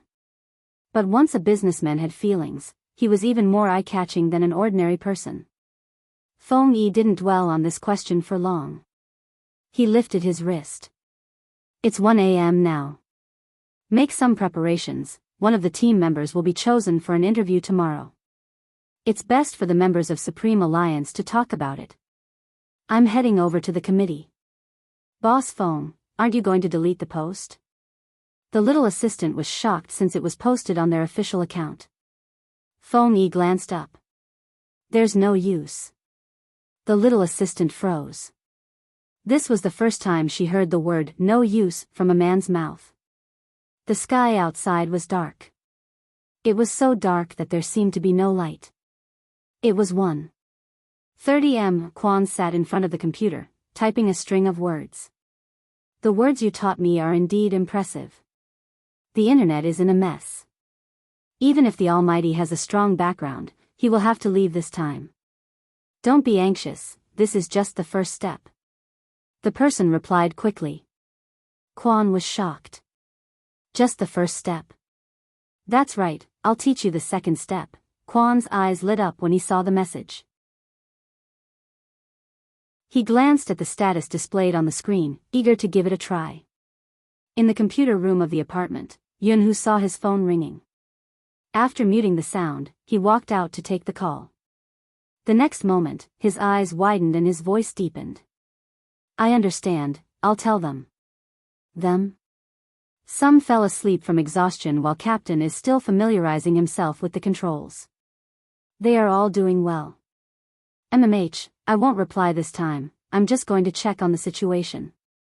After hanging up, Yunhu pushed the door open and walked back. He glanced at Bojio before shaking everyone awake. There's news from old Fox Feng. Captain's amnesia has been exposed and the internet is in a mess. We need to understand the situation so that we can be mentally prepared when the media asks about it. Lin Feng, who had been yawning, woke up instantly. Almost everyone had the same reaction. Unease, extreme unease. Because everyone knew this wasn't a small matter. Other than the main character, Qin Mo, his expression remained the same. There weren't many fluctuations in his emotions, but he turned to glance at the person beside him. His fingers seemed to have paused. Qin Mo's gaze deepened, but he didn't say a word. Lin Feng was the first to open the page to search for the news. Actually, there wasn't a need to search. It had already become a hot topic on the official website. The moment he opened it, he could see it. The number of replies had already exceeded 10,000 and was still rising. The team members crowded over. When they saw the content, they were so angry they wanted to smash the keyboard. Did they understand? They wanted to get together and play another game. Even if it was just one match. They just wanted to do their best in this match. Even their captain, who had amnesia, had sat in front of the computer for 10 hours just to memorize the skills of the characters. What was the point? Did they understand? But it wasn't just one post. Other than this post, there was another one that was slowly becoming popular, and it seemed like it couldn't be stopped. It was in the tone of a fan. Such a big thing happened. As an old fan of Supreme Alliance, I want to know who the person who leaked the news is. This kind of thing should only be known within the team. They even said that they are as close as a family. Ever since Spade Z joined, there hasn't been any peace. Who was the first to know about this and say it out loud? I think we should look for it. This type of post was obviously to stir up momentum. But there were fans who couldn't understand and really replied below. Other than Spade Z, the one who replied the most was Lin Feng. The reason they gave was simple. After all, he was a chatterbox and definitely didn't tell anyone easily. In the end, it was exposed by his fans. After Lin Feng saw the replies, his first reaction was to look at the expressions of his team members. No matter how fast my mouth is, I wouldn't say such things so casually, before he could finish. Suddenly, there was a loud bang. Coco, who hadn't said a word, lifted the keyboard. I've had enough. The more good-tempered and cute a person was, the more heart-wrenching it was when he was angry. Coco stood up, as though he was going to use all his strength to smash everything in the computer room. Gaming, why do we have to play games?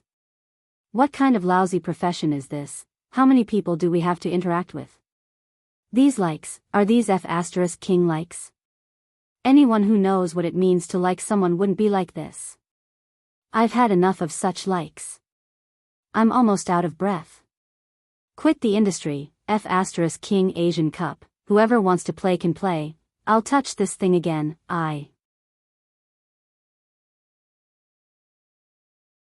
Chapter 1330. Coco was very touched to hear such comforting words. But just as he was about to hug little Spade back, he glanced up and saw his captain smile. The meaning behind that smile was simple. If you dare to hug me back, I'll break your paws. Coco was shocked. Little Spade, you can console me, but why are you hugging me?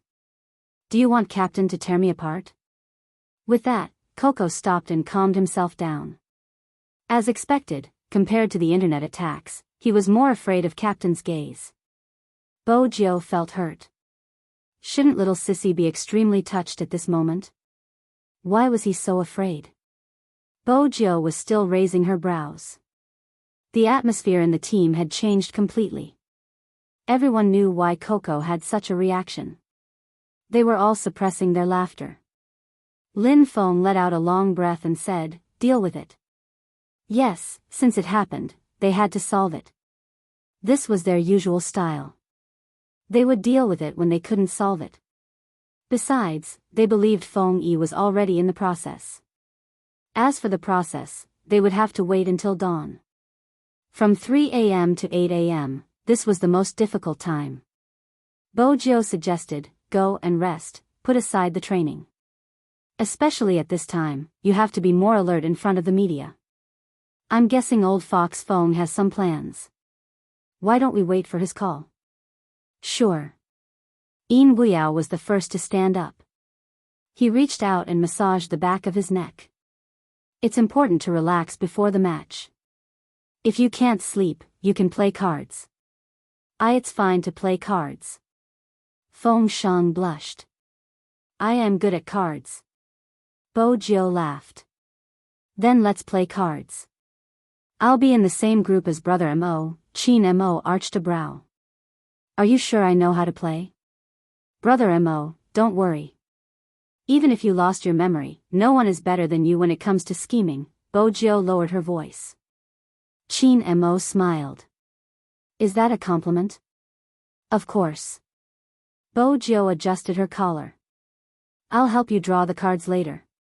I won't brag about anything else, but my luck is really good. 10 minutes later. Qin Mo glanced at the cards that a certain someone had drawn and arched a brow. Is this what you meant by having good luck? Bojo, who had drawn 3 useless tiles in a row, was frustrated. Why wasn't this mahjong giving her any face? Brother Mo, actually, this isn't a big deal. If you touch more, you can hit 13 youngsters. Bojo tried to clear her name. Qin Mo scoffed, replying slowly, by the time you're done with the 13, the others will have already won.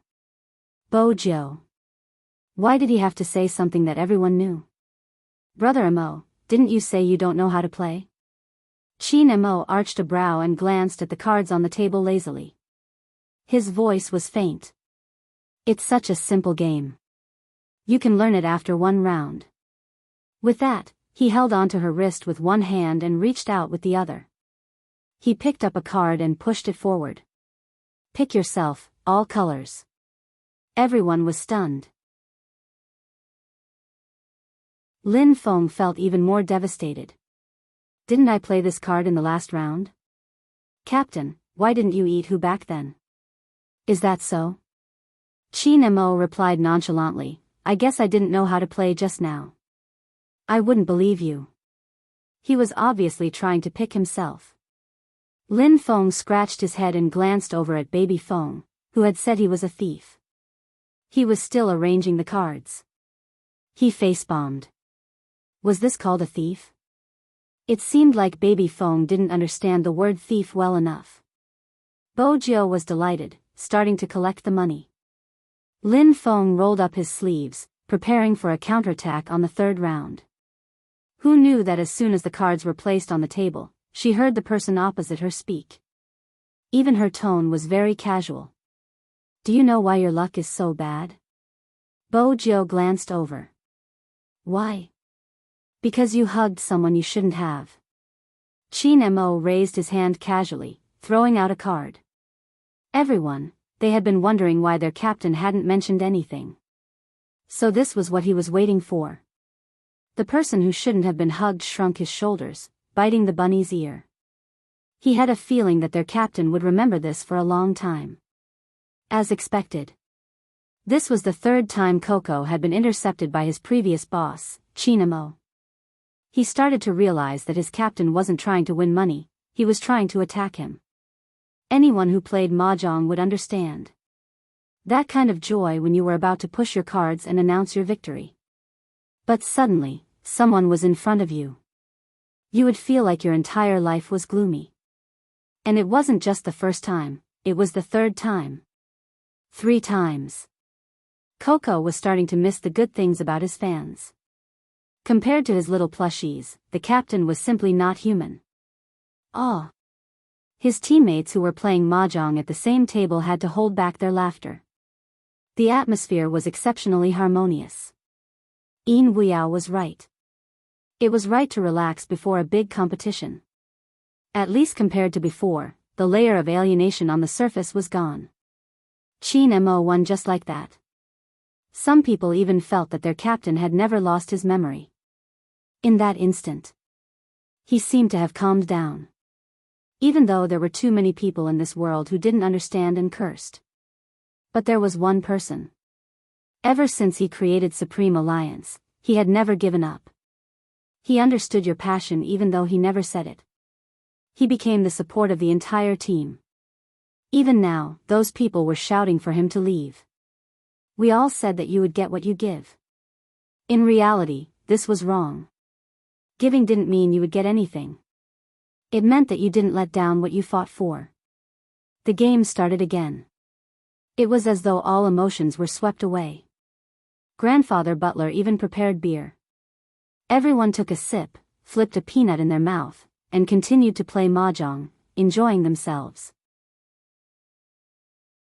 Bojo looked at this scene and found an excuse to go to the washroom.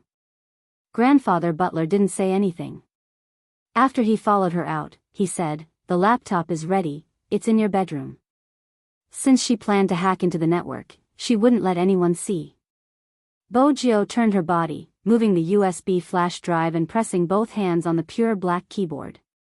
The crackling sound was so fast that no one could tell what she was doing. The only thing that could be seen was a letter flashing on the screen. Z, then came the code. 2 posts. As expected, it was the same IP. Bojo looked at the results and was even more certain of her guess. She continued to search for the IP address. Final destination, Jiang City, Xinghong Apartment, Unit 8, Building 6, 603. Bojo followed the IP address and found the location, directly hacking into the opponent's computer. At this moment, Quan didn't know. He had just ordered takeout and was planning to eat while watching the show. Now, the internet was fighting. No matter how united a team was, the fans might not necessarily like everyone in the team, so they could only fight. Who cares about the overall situation? Quan laughed and planned to post another post. But for some reason, he couldn't operate it. It wasn't a problem with the account. Maybe the account could be banned. But he had many other accounts. Why couldn't he operate the others? Not only couldn't he operate it, but he couldn't even log in. It kept showing that it was a page error. What the hell is going on? Quan only noticed the obvious abnormality but didn't know when the camera function of the computer was turned on. It automatically entered his live broadcast room. And in that room, there was only one message. It was the chat record between him and a stranger. This chat record appeared on the internet in the form of a screenshot. Everyone was stunned. They were obviously looking for trouble with the Supreme Alliance. And it was premeditated. They even dared to sow discord. Some of the fans finally calmed down. They thought about it. At such a time, they still came to the official site to cause trouble. This was obviously helping the black belt. After some people realized this, they froze and broke out in cold sweat. Some people still couldn't figure it out, but fortunately, the truth was out. Gradually, some attentive fans started to notice something. I was wondering why this netizen wouldn't let go of Almighty Qin. So it's because he has a grudge. Grudge? Why do you say that? Everyone's first reaction to that picture would be to find out what the two of them were talking about. But one of them should be recognized by the netizens. Isn't that the live streamer Quan who played games with Almighty Qin and won by luck? Later, after he died in the room, he was tortured by Almighty Qin and was killed as soon as he came out of the spring. His gaming experience was terrible to a certain extent. No wonder he tried so hard to influence. Everything else aside, I just hope that the fans of the Supreme Alliance will think about this matter and what we should do. Almighty Qin has indeed lost his memory. The organizing committee can't not make a decision. We are upset, but the Supreme Alliance must be even more upset. I played basketball in school. Although it's different from esports, but in any competitive event, how can they play without the support of the entire team? I can even understand how much psychological pressure they are under at this time. Do you think Almighty Qin still has a chance to participate? Just thinking about this makes me very upset. But no matter what, I will go to the venue and buy tickets because I understand that waiting for them is the only way to support them. The person who posted this never thought that there would be a day when his post would gain so many fans. Feng Yi was right about one thing. There were people like that. But people like that also needed to be driven. People kept coming out and changing things bit by bit. Although it couldn't suppress Quan's post for the time being. But a single spark could start a prairie fire. And Quan, who did these things, only realized that his actions had been exposed half an hour later. He wanted to explain in a panic but realized that his live broadcast room had long been turned on. The number of people watching online was unprecedentedly high and directly saw his expression. At that moment, he knew that he was finished. Perhaps in their circle, the bottom line was very low. But there was one thing that people hated to play tricks. This was something that all the netizens wouldn't forgive. Moreover, he used tricks to frame a professional team that was about to win glory for the country. No one would forgive him. From stealing Qin Mo's move to not admitting to it to this intentional action. This was simply challenging the most basic bottom line of a person. In an instant, the public opinion on the internet changed. Quan was scolded to the point that he didn't dare to do a live broadcast. At first, he complained that he was wronged and said that he was confused. He only did it when others said that. Now that he thought about it, he was simply being used. Would Bojiu fall for this? This was the biggest joke in the world. The main culprit was someone else. But an accomplice was also a type of murderer. How could he say that he wasn't guilty when it was already carried out? She wasn't the Almighty and wouldn't consider so much. But there was one point. Everyone in the family was gaming properly and preparing for the competition. You came up with one plan after another and still say that you were wronged? Do you understand this saying? The one who started it first was cheap. After dealing with Quan, she didn't turn off her computer. Instead, she continued to dig, intending to dig out the culprit. But because of this, Bojiu had prepared herself. Fan Jia was already prepared. After briefing Quan, she went offline early. She used a computer from a small internet cafe in an alley, so it was easy to clean up the traces. Bojiu found the place but was aware that the computer had been turned off. Before it was turned off, it had been processed in detail. There was only one person who had such conditions, liked to use such methods, and was still haunting, Fan Jia. Bojiu glanced at the screen. She curled her fingers and knocked on the table. In the golden triangle, she had placed all her attention on the Almighty, including how to get rid of his mistrust and murderous intent and how to stick to him. But she hadn't paid attention to the situation over there. After all, Kawang was already dead.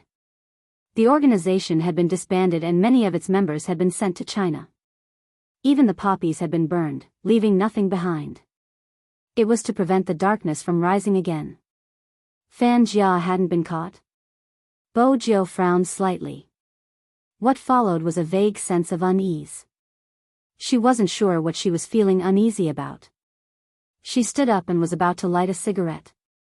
But before she could reach for it, someone pushed open the door and walked in. My sugar daddy is really something. Of all things, why did you learn to smoke? There wasn't a hint of anger in that cold voice. It was so familiar that Bojo paused. She finally knew what she was feeling uneasy about. In fact, in this world, other than her little Princess Chin, what else could make her feel uneasy? What's wrong? Chin Mo hadn't thought much of his words, but when he saw Bojo's face, his fingers stilled. Is this guy unhappy? His words were usually more vicious, but he had never seen such an expression on her face. What was going on? That was Chin Mo's first reaction. He didn't even have time to think about it. Bojo could hear the concern in his voice. She smiled. Nothing, I just suddenly craved candy and couldn't find it. That's why I wanted to smoke. Chin Mo glanced at her, his voice calm. Come over.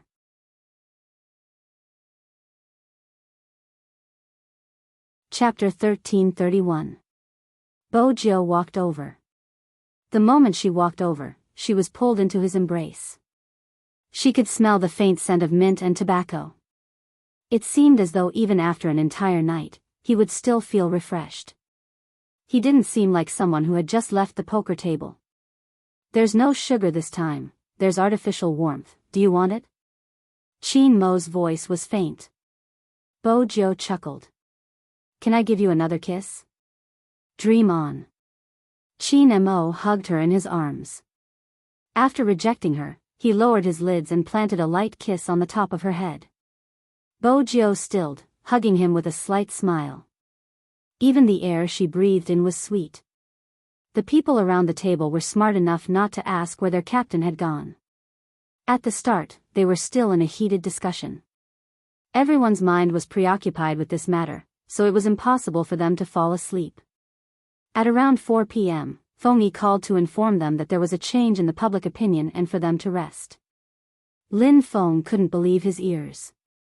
After all, under normal circumstances, after such an incident, it would take 2 days for the heat to subside. He hadn't expected the change to happen so quickly. Feng Yi didn't hide it from him. Someone helped us and found the person who posted it. The 2 posts came from the same IP and the person who posted it was the streamer who provoked you guys. Lin Feng's eyes widened. Should I say the netizens are too capable? They aren't netizens. Rao Rong, who was standing at the side, suddenly spoke up, glancing upstairs with an enigmatic smile. It might be a hacker who fought for justice. Feng Yi chuckled. Probably. With the change in the public opinion, everyone felt relieved. Feng Shang stuttered as he asked his brother, then, will Captain be able to participate in the competition? I don't know yet, it depends on the committee's decision. Feng Yi was logical. This was related to his identity as a businessman. Some of the influence could be eliminated, but he wasn't sure what the committee would decide. The only thing he was sure of was that no news was the best news. The committee was also considering.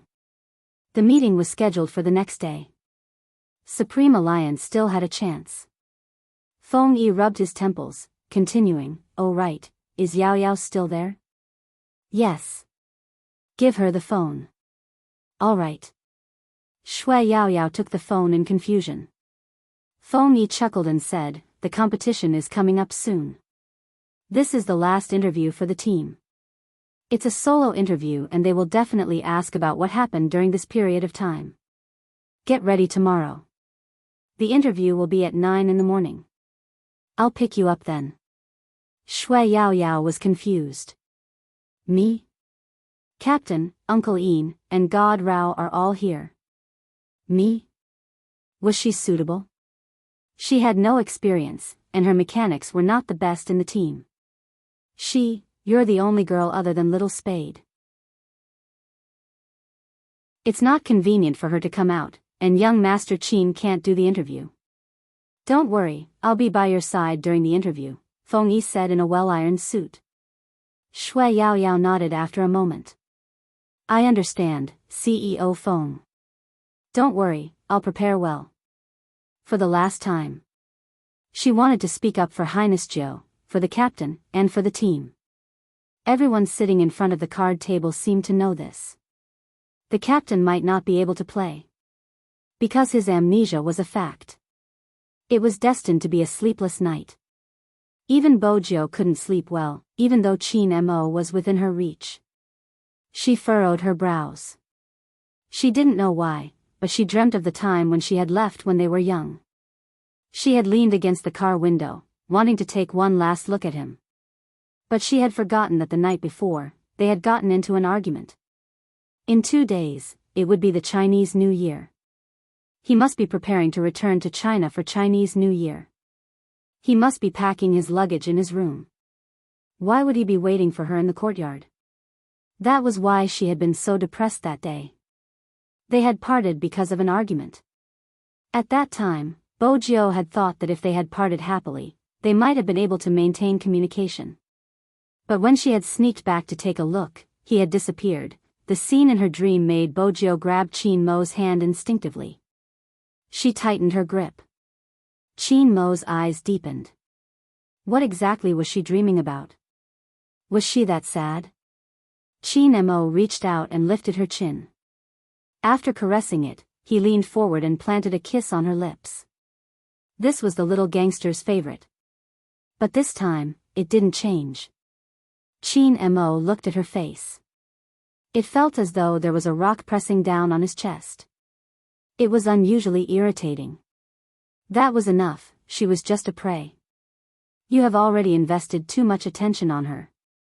That was enough. That was what he thought, but he hugged her, the kiss deepening. His motive was to wake someone up. Bojo was indeed awake. When she realized that the Almighty was kissing her, she paused and wanted to return it. But Chin Mo reached out to stop her. Tell me, what did you dream about? In America, we were still young.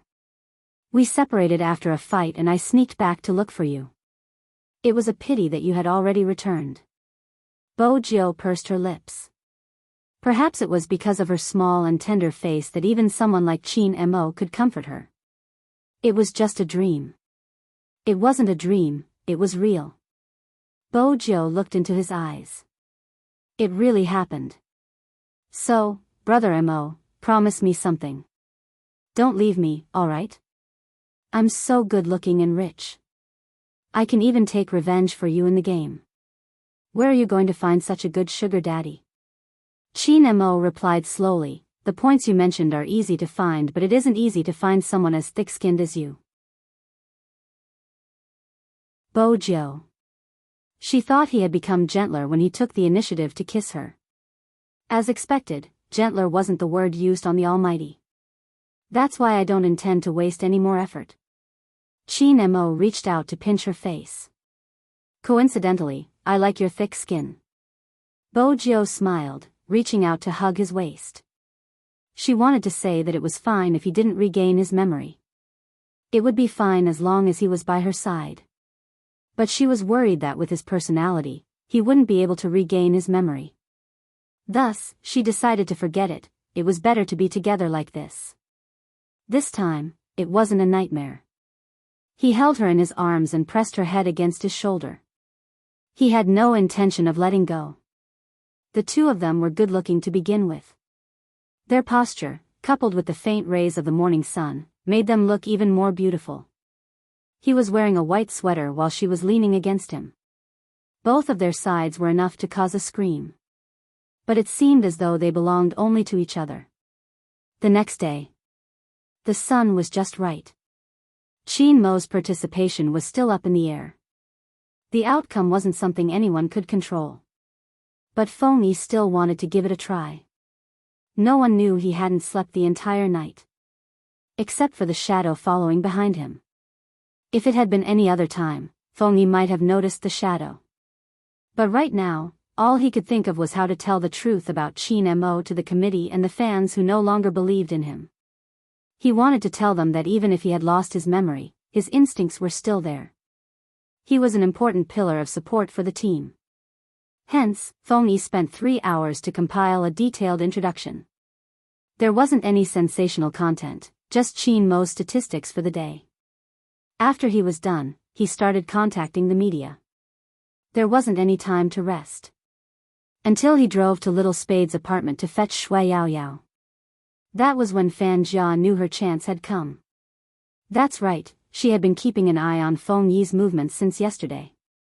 She wanted to find out where he was. She had already analyzed it. The afternoon she had alighted, all the members of Supreme Alliance had left the club. But she didn't know where they had gone. The Asian Cup was around the corner. It wasn't possible for them to have fun at this time. Or to move out as a group. Unless they were meeting someone important. That could only be Qin Mo. It was a pity she had missed the first chance to follow him. Ever since she had missed the previous chance, she had been keeping an eye on Feng Yi. But this person was really too smart. He was so smart that she had almost been discovered twice. Fortunately, he had been extremely busy recently. Coupled with the things she had created, he wasn't as indestructible as before. She had followed him for so long, and today, she had finally found a small loophole. She stood at the foot of the building, her lips curling upwards. She glanced at the rising elevator and memorized the number. Her eyes dimmed and she hid again. Regardless of what she wanted to do, she couldn't let anyone see her. At least, it wasn't suitable now. Fan Jia pressed down on the brim of her cap and smiled. She had finally found him and was about to snatch him back to her. She couldn't be like this. IGN, she should change out of her smelly clothes and put on some makeup since it was still early before nightfall. She had plenty of time. Deep down, Fan Jia didn't feel that there was anything wrong with ruining Qin Mo's competition. That kind of person should go and do bigger things. Whatever she did, it was because she liked him. He wouldn't blame her. But Fan Jia had never thought about it. How could she talk about liking someone after ruining their most important thing? Upstairs, Feng Yi saw the few people still rubbing their eyes. He smiled. Why are you all up so early? I just slept. With that, Rao Rong added, afraid that he would be burdened. We played until 4 a.m., the two people on the second floor probably can't be woken up. Lin Feng even kicked his pillow on the floor. Feng Yi glanced up at the clock. The results will be out in the afternoon. I'm going to fetch Yao Yao for an interview. Rao Rong opened his mouth, wanting to say something. In the end, he only smiled. Good luck. Feng Yi hooked his jacket with one hand. I will. Just from the fact that Feng Yi had specially come to fetch her. It was obvious how important this interview was. Everyone seemed to be aware of it. Supreme Alliance had really been pushed to the lowest point. There were voices of support and opposition online. But at this moment, the more support there was, the greater the chances of them winning. The committee would make a decision in the afternoon. Feng Yi used his many years of connections to exchange for a promise that he wouldn't use them to stir up trouble. He would only let them say what they wanted to say on the last day before the competition. It was too difficult. The longer they stayed in the industry, the more they understood what it meant. Today, Shui Yaoyao was different. She usually didn't wear makeup, and she even cut her hair, leaving it down to her shoulders. She was wearing the team uniform that Bo Jiao had given her the other day. On it, she had written the words, Your Highness Jiao, and the bright support symbol. It was as if she wanted to tell everyone about it. Supreme Alliance hadn't fallen. Feng Yi paused slightly when he saw Shui Yaoyao. Then he reached out and caressed her head. Good girl. The clock pointed at 8 a.m. The well-mannered grandfather butler didn't ask them to stay for breakfast because he knew they had more important things to do.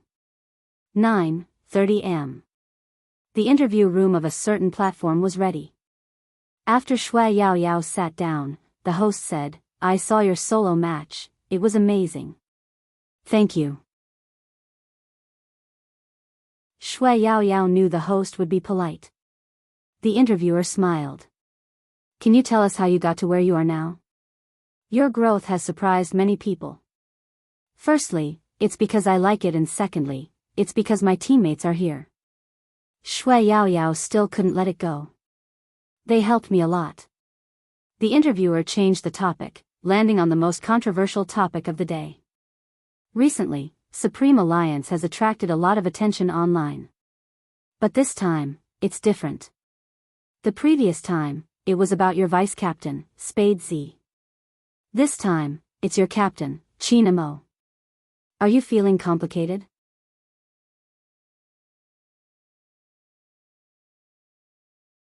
Chapter 1332. The interview was broadcasted on the official website. It seemed to be responding. Forwarding, commenting, continuing to forward. From the internet to the real world. Everyone started to help Supreme Alliance with publicity. There were even some rich fans who spontaneously organized an entire fleet of cars, temporarily forming a colorful painting just for support. Many people were saying that the 2018 Asian Cup would be more popular than ever. Firstly, it was because the venue was chosen with great difficulty to be in China. Secondly, it was because of the influence Supreme Alliance had brought about. It was really extraordinary. At the scene, all the tickets related to Supreme Alliance were sold out. Many people had already arrived in Jiang City before the start of the competition. They didn't force others to like this team. But when the reporter held the microphone and asked them, "Why are you here so early? The temperature in Jiang City is very low, isn't it cold?" "It's cold, but it's worth it." A girl smiled and waved her ticket. "My boyfriend gave it to me and we only got to know each other because of Supreme Alliance." The reporter was shocked. Because of Supreme Alliance? At that time, he always imitated Almighty Qin as an assassin and was jealous because I liked Big Spade. In the end, Big Spade and Almighty Qin got together and he told me, "Look, your Almighty is with my Almighty, let's be together too." The girl smiled. "I'm a pit when I play games. When I play as a long-range shooter, I can't hit the target accurately, I run slowly and I don't understand positioning, so I'm always killed. He would always rush out to avenge me after I die. Even though he isn't that good, do you understand the feeling? I always feel that someone who loves Supreme Alliance so much wouldn't have a bad heart and would always be more mature than others. When we are together, we don't speak much and feel like we are being taken care of." The last time I saw little Spade wearing a sock puppet and saying that her boyfriend was jealous and that she had to coax him. At that time, I thought that he had always been the one coaxing me and I had never coaxed him. Now that we are about to graduate, I'm always worried if we can be together in the future. Unexpectedly, he proposed to me that day. He said that even Almighty Z has to coax her boyfriend, so how can he coax his girlfriend? It's not that we don't quarrel, but sometimes, when we quarrel, we look at those people and it reminds us of the sweet times. The reporter didn't expect to interview such a person. Afraid that it would be seen as a show, he didn't say much. Even though he knew that if this interview was broadcasted, the click rate wouldn't be too bad, to avoid suspicion, he still moved the microphone to the one below. Then, he froze. It was an auntie with a load on her shoulder. Her hair was a little white, and her back was slightly arched. She was dressed very cleanly, as if she had specially waited for this day. However, she still had to make a living, so she brought along the things she wanted to sell, a small amount of cigarettes and some bottled water. She held the ticket in one hand and asked the person beside her, "Is this Supreme Alliance's match ticket? Are we going to watch it here?" When the reporters saw this scene, they were shocked. After all, it was impossible for people of his age to watch esports competitions. Moreover, there was only an elderly auntie, which made her seem even more out of place. After the camera swept over, both the reporters and the cameraman felt that this was going to be a hot topic. They passed the microphone over. "Auntie, sorry to disturb you, but we are really curious. After all, apart from some young girls, there are also guys who like to play this game. There's only one person of your age here, so if it's convenient for you, can you tell us why you bought this final match ticket? Is it for the younger generation in your family?" Unexpectedly, the auntie hurriedly waved her hands. "No, I bought it for myself. After waiting for so long, I can finally support those children. I'm really happy." "You bought it for yourself? Then you..." With that, the reporter paused. Do you know anyone in Supreme Alliance? After all, the word children had been mentioned. The auntie seemed to be in a hurry since the camera had been pointing towards her.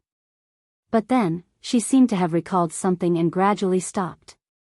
I don't know them, but they have helped me a lot. I am grateful to them for providing me with a lawyer when I seek redress for my daughter's grievances. With that, she paused. Host, can I use your platform to say a few words to them? The reporter's fingers paused. Go ahead. But he wasn't sure if Supreme Alliance would see it. I've watched your competition on the big screen. I'm old and don't understand competitions, but when I see you win, I feel especially happy. This is even better. Auntie has earned quite a bit of money from selling things, so I can go in and watch your competition. The reporter didn't know how to continue this sentence. Every single one of them seemed to be touched by their own words. He knew very well. Why were they standing here? Buying tickets with smiles on their faces. They wouldn't force you to like the team they supported. Instead, when you asked, they would speak with assurance or smile shyly. Regardless of the expression, they had never left this place. They seemed to be saying it with all their might. You might think that we are just fireflies, but together, we are a torch. A torch that protects the team. Are we still interviewing? The cameraman asked. Originally, they wanted to catch some questions from the scene to create a topic of discussion. But it was obvious that this time, they were destined to return empty-handed.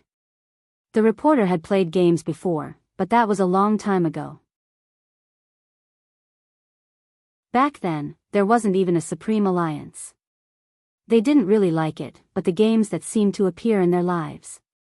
King of Fighters, Super Mario, Dance Dance Group, Crossing the Line of Fire, Warcraft, Jade Dynasty, and now, Hero. These were all familiar names that seemed to remind them of that period of time, what they were like, what kind of friends they had by their side, and what they were closer than lovers. They would talk about everything, even going to the toilet together, having little secrets between girls. They would climb walls together, learn to smoke, and be worried that their parents would see them, turning on the electric fan and blowing continuously. In the end, if they didn't blow clean, they would fight, using the excuse that it was a battle between men. In reality, they hadn't even grown their hair back then. The reporter lowered his head, looking at the template that someone had given him. With a wave of his hand, the paper was torn to shreds.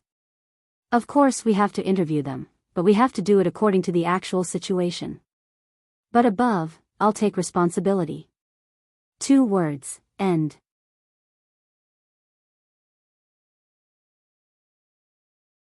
Chapter 1333.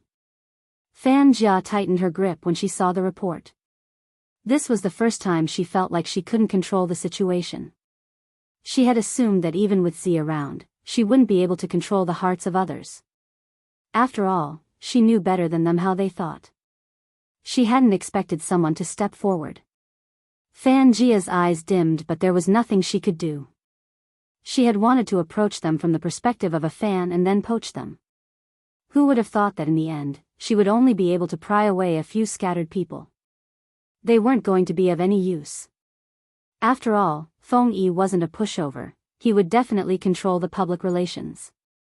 Fan Jia realized that her plan might fail and started to panic.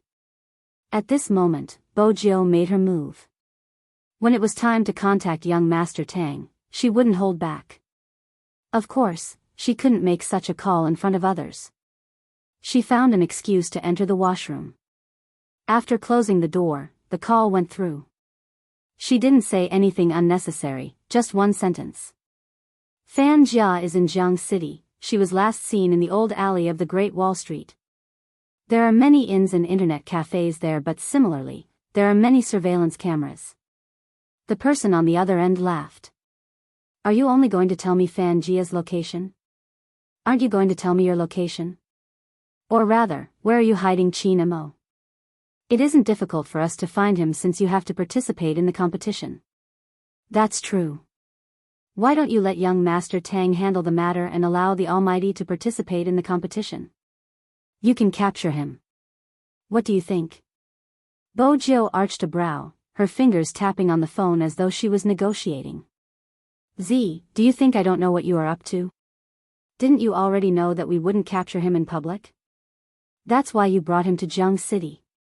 It is indeed troublesome to capture Qin Mo since we have to think of an excuse. But no matter what, it won't be able to convince the masses. When young Master Tang said these words, he tugged on his tie. The latter part was what I said during the meeting. It's always difficult to persuade those people. Bo Jiao replied calmly, Young Master Tang, you are being humble. This level of deception should be a piece of cake for you. The person on the other end of the line didn't reply. Instead, he changed his tone and said slowly, as long as you can ensure that Qin Mo doesn't do anything, we won't do anything. If he shows any signs, you have to be prepared. My boyfriend is busy dating me every day. He doesn't have time to do anything else. Bo Jiao replied casually, but she was well aware of the situation. If you guys can't catch him, I don't mind doing it myself. You want to commit a crime? Z, this is China, not the Fifth Avenue. Are you here to capture or kill? Focus on your competition. We'll take care of everything else. Being obedient isn't for your own good, it's for your family's good. You should understand what I'm saying. Of course, Bo Jiao understood. That was why she hadn't launched a large-scale attack to track Fan Jia down. During the probation period, whatever she did would be blamed on the Almighty, so she couldn't do it. If everything goes according to plan, we should be able to find him tonight. These were young Master Tang's last words. This person always did what he said. Since he said it was night, it wouldn't be past midnight. Bo Jiao relaxed. The moment she hung up, she received another call. It was Feng Yi. Bo Jiao pressed the answer button. A voice came from the other side.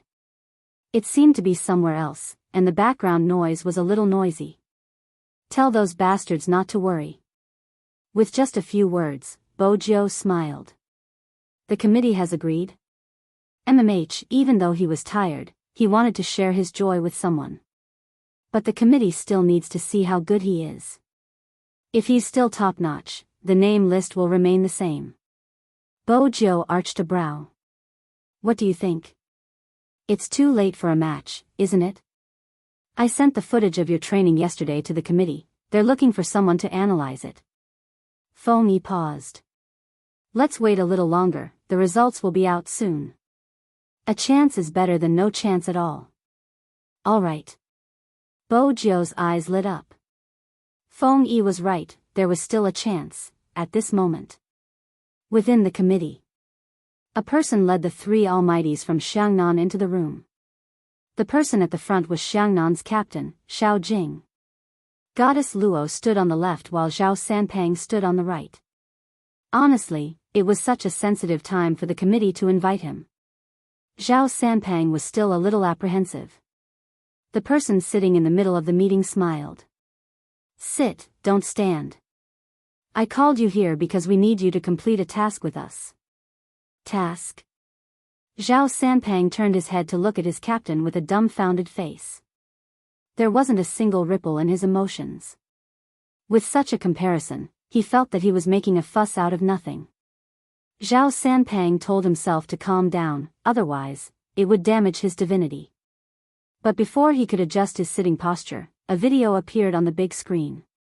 They had been hearing about the ID in the video frequently. After all, a certain someone was flaunting their love. It was infuriating. Qin Mo is currently using this account.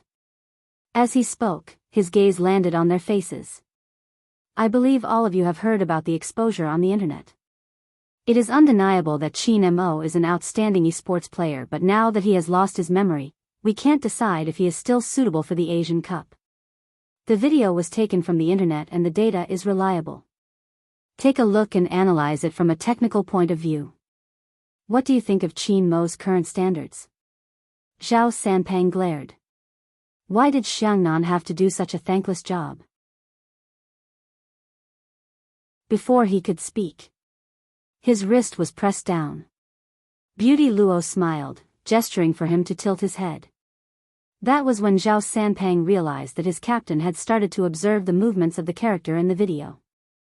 The other members of the committee were watching as well. Since they were in this industry, they had a certain level of understanding. There were even retired players amongst them. But the ones who truly understood were Xiangnan. After all, they had been the national champions for 3 consecutive years. That wasn't all, they had even been the runner-up in the Asian Cup. It was more suitable for them to provide their opinions on technical aspects. The video wasn't short. It wasn't just one match but 3 consecutive matches. After it ended.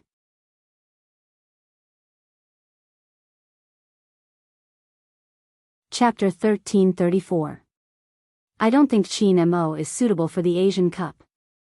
Forget about his amnesia, even with the injury on his hand, he is bound to make mistakes in the competition. There are too many unpredictable factors in the competition. With his amnesia, he isn't as good as he used to be. He won't be able to create any miracles. Even though it's a pity, I personally admire Qin Mo. But considering the big picture, I will vote against him, the person said resolutely. The people sitting next to him seemed to be discussing and considering his suggestion. At this moment, Xiao Jing spoke up. Member Li is right, Qin Mo isn't as good as he used to be, but his improvement is far greater than anyone else's. From knowing nothing about the game to a 1v1 duel, he only used 1 round. After that, he didn't lose any of the subsequent rounds. Furthermore, the heroes he controlled were different. At the start of every match, he seemed to be understanding his character's skills.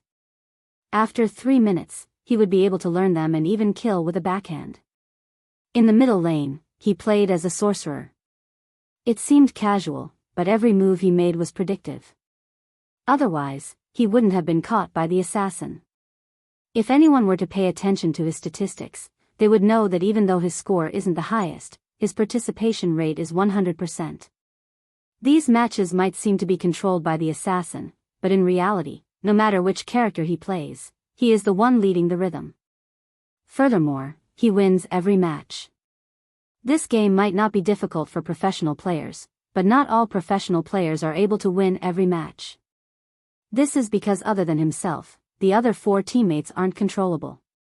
If he wants to win, he has to control these factors and control the rhythm. Not only does he have to understand the strengths and weaknesses of his teammates, he has to be able to guess the positions of his opponents. At the very least, he has to achieve these 2 points. I won't talk about positioning and maneuvering because there are people here who don't play games. I just want to ask, who can do it? His voice was calm. This caused the resolute man to hesitate. Xiao Jing glanced at him. In the game, no one is more talented than Qin Mo. Even after so many years, I don't want to admit it, but it is a fact. Besides, he might have forgotten some things, but his body still remembers them. There is one thing that I don't agree with committee member Li because he is my opponent. Objectively speaking, Xiangnan is stronger than Supreme Alliance, but these people will always shatter my understanding. Supreme Alliance is a team that can never be judged from a 1-minute perspective because they will grow stronger with their opponents, and that is even more true for their captain. Mr. Li said that he couldn't create any miracles, but I didn't think so.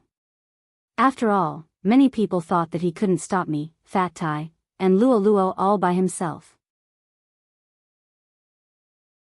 But in the end, he fought 1 against 3, and with a sliver of his health, he broke through the crystal and ignited the whole of China's esports. At that time, no one thought highly of him, just like now. Committee member Li didn't say anything else. He swallowed all the words he wanted to say and rubbed his forehead. He put down his pen and seemed to be thinking. The conference room was silent. Seeing the situation, the person in the middle scanned the room. Now, you should have your own thoughts. Let's vote, raise your hand if you agree. Xiao Jing was the first to raise his hand. Fatty and the others naturally followed. As for the others, regardless of what Xiao Jing said, they felt that it was safer to be conservative. In their position, they didn't wish to be meritorious. If Qin Mo really participated and anything happened during the competition, they would have to bear the responsibility. On the other hand, if Qin Mo didn't participate, at least there wouldn't be any accidents. For the first time, Fatty found it hard to breathe when he saw this. He didn't understand the meaning of calling them over. Only the three of them raised their hands, the others didn't seem to have any intention of agreeing. Just when Xiao Jing was about to put down his raised hand and leave, a voice suddenly rang out. Committee member Li seemed to have made a decision as he raised his hand. The two people sitting on his left and right also moved in the next second. Fatty's eyes started to waver in surprise. I was there for the competition, Xiao Jing mentioned. Committee member Li smiled. At that time, everyone stood up and applauded, as though they were using up all their emotions. It would be a pity if a contestant like Qin Mo was stopped. Hearing this, Xiao Jing's eyes lit up and he only said 2 words, thank you. Just like that, the 3 votes became 6. Qin Mo was saved. When it was time to leave, someone called out to Xiao Jing. Captain Xiao, you are so smart, why can't you understand today's meeting? Why are you still speaking up for Qin Mo? If you didn't say anything, someone would have suggested for you to join Supreme Alliance temporarily and return to another team after the Asian Cup. It isn't impossible since it is for the greater good. Committee member Zhang, you seem to have misunderstood. Xiao Jing's voice was emotionless. I'm just speaking from a technical standpoint. If Qin Mo is too weak, I would vote against him directly. Besides, the good and bad of every team depends on the team members' respect for their captain. For a team like Supreme Alliance, they wouldn't think that I can replace Qin Mo. Similarly, the people from Xiangnan wouldn't let me leave either. Considering the bigger picture, it's better to leave more choices to the participating members. If emotions are present, they might not be able to perform well in the Asian Cup. With that, Xiao Jing walked into the elevator with Fatty and Luo Luo. Left behind, committee member Zhang almost laughed out of anger. What was wrong with these lousy gamers? Did they think that just because esports was popular, they could be like other athletes? At the end of the day, they were just fooling around. Just because they had fans, they were so arrogant. Sooner or later, they would fall. His words weren't pleasant to the ears. His voice could be heard through the cracks of the elevator. Zhao Sanpang wanted to press the elevator button and rush out to reason with him. Xiao Jing reached out to stop him. Is there a need? Zhao Sanpang was infuriated. What nonsense is he saying? Didn't many people say that winning or losing isn't important? Since we are just playing a game, it doesn't matter if we lose. Xiao Jing glanced over. At this moment, we just have to win. He didn't need to say anything. As long as they won, they would be able to bring glory to the country. Only then would they be acknowledged by more people. Those people probably had the same thoughts. Xiao Jing's gaze landed on the white wall of Supreme Alliance's promotional video outside the elevator. He believed that one day, people would understand that they weren't just playing a lousy game. They were playing in a league and their event was called esports. Outside the building, Feng Yi was still waiting for news. His phone rang. He didn't pause for a moment. After receiving the news, he turned to call Bojiu. His phone rang. He didn't pause for a moment. After receiving the news, he turned to call Bojiu. His phone rang. He didn't pause for a moment. After receiving the news, he turned to call Bojiu. But there was one thing, the person she wanted to inform wasn't in the computer room. The other members were all there. When Lin Feng heard the decision of the committee, he leaped up from his chair and gave her a bear hug. He asked excitedly, really? Little Spade, is what you said true? You can take a look at your phone, old Fox Feng has sent a message. As expected, there was a group message. Lin Feng was overjoyed. He was so happy. After he was done, he seemed to have thought of something, his back stiffening. He glanced towards Qin Mo's seat instinctively. When he realized there wasn't anyone there, he heaved a huge sigh of relief. Fortunately, his actions weren't seen by his captain. Everyone was happy but their expressions were different. Bojiu found the most reliable Rao Rong and asked, where did Brother Mo go? He probably went to the washroom. Rao Rong wasn't sure. Washroom? There hadn't been anyone there when she had arrived. At this moment, Feng Shang spoke up. Captain seems to have gone out to buy candies. Buy candies? No one believed that such a thing could happen. How could their captain buy candies? Bo Jio's fingers paused slightly before she headed downstairs. But just 3 minutes ago, outside the apartment, at a 24-hour convenience store at the entrance of the estate. She hadn't expected to be so lucky. She had planned to make her move at night. However, she hadn't expected to see that unexpected person. Fan Jia's eyes widened. He had one hand in his pocket, the other on the shelf. He seemed to be choosing something. His face wasn't any different from how she remembered, but now, he looked like a devil who had been freed. From the curve of his lips, she could sense a different evil aura.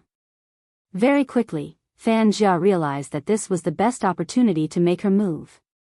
Because there was no one else beside him except himself. Besides, standing in front of the same shelf in the convenience store wouldn't arouse any suspicion. After making up her mind, Fan Jia suppressed her emotions and strode over to the tall figure. She heard a faint sound. That guy probably likes to eat this brand. The man's finger landed on one of the candies. Fan Jia hadn't expected him to buy candies. With his words, she knew who he was referring to. Intense jealousy made Fan Jia clench her fists tightly, her fingertips digging into her palms. Just as she was about to speak, a loud sound rang out. Swoosh! A poker card flew straight towards her face. Fan Jia dodged immediately, watching as the card stabbed into the bread behind her like a knife. Her face paled and she trembled. Brother Mo, don't you recognize me? Brother Mo? When Qin Mo heard this word coming from someone else's mouth, he realized a problem. He didn't like it. Fan Jia had wanted to make use of his amnesia to get close to him, but the moment she said that, the man took a packet of candies and was about to pay the bill. He didn't even look at her. Fan Jia narrowed her eyes, blocking Qin Mo's path. Brother Mo, do you really think that person likes you? She just wants you to participate in the Asian Cup, that's why she listens to you. If you don't believe me, I have pictures here. She has a close relationship with Hoshino. It isn't as simple as mutual admiration, they have always been close friends. Back then, in order to clear Hoshino's name, she didn't hesitate to lie to you. Have you forgotten all that? Fan Jia narrowed her eyes, blocking his way. Brother Mo, do you really think that person likes you? That was what Fan Jia thought he would say. He would at least say a word to her. Unexpectedly, he only gave her one word, a chill in his laziness. Scram. Fan Jia froze on the spot. There wasn't a hint of warmth in his gaze, as though he would kill her if she said another word. It seemed like she shouldn't have used such a method. Since she couldn't have him, no one else could. Fan Jia's eyes dimmed. Qin Mo, stop lying to yourself. The most important person to you is dead. It's all because you didn't catch her. You must still remember that bottomless abyss. Qin Mo didn't intend to listen to her anymore. But those words seemed to seep into his brain through his eardrums. He understood the hint and wanted to avoid it. But when he heard that sentence, the most important person to you is dead. It's all because you didn't catch her. The intense pain made him press down on his head. She fell deeper and deeper. By the time you realized it, it was already too late. When she needed you, you were already saving someone else. Fan Jia continued, walking towards her step by step like a snake spitting out its tongue. She fell deeper and deeper. By the time you realized it, it was already too late. Pack. Something seemed to break in his brain. Qin Mo's gaze wasn't as sharp as before. Instead, the color gradually faded. He seemed to be looking at something, but at the same time, it seemed like he couldn't see anything. He stretched his hand out to grab something. But all he caught was air. Fan Jia intentionally dodged, looking at him from the side. She continued slowly, you know better than anyone else that you are the one at fault. If you had listened to her and ignored others, tossing aside your so-called responsibility, she wouldn't have died. Pitiful Z, not only was she not accepted by the world, she would also sink into the abyss forever. You saw how she struggled to get up. When she was young, you promised her that when you grew up, no matter what you did, she would be the first. You were the one who went back on your word, you caused her death. When Fan Jia said the last sentence, Qin Mo's eyes widened. Qin Mo's eyes were completely blank. He raised his hand again. This time, it was even more intense than before. It was so intense that even his knuckles turned white. It was fragile yet tough. Back then, it was this tenacity that caused her brother to fail time and time again. She clenched her fists. This time, she didn't avoid him. Instead, she reached out to hold his hand.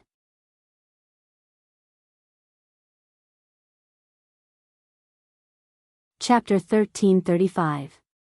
The smile on Fan Jia's face froze. That was because she hadn't expected that he wouldn't grab her hand. Instead, he raised his hand and grabbed the red string around his neck. The red string was very thin.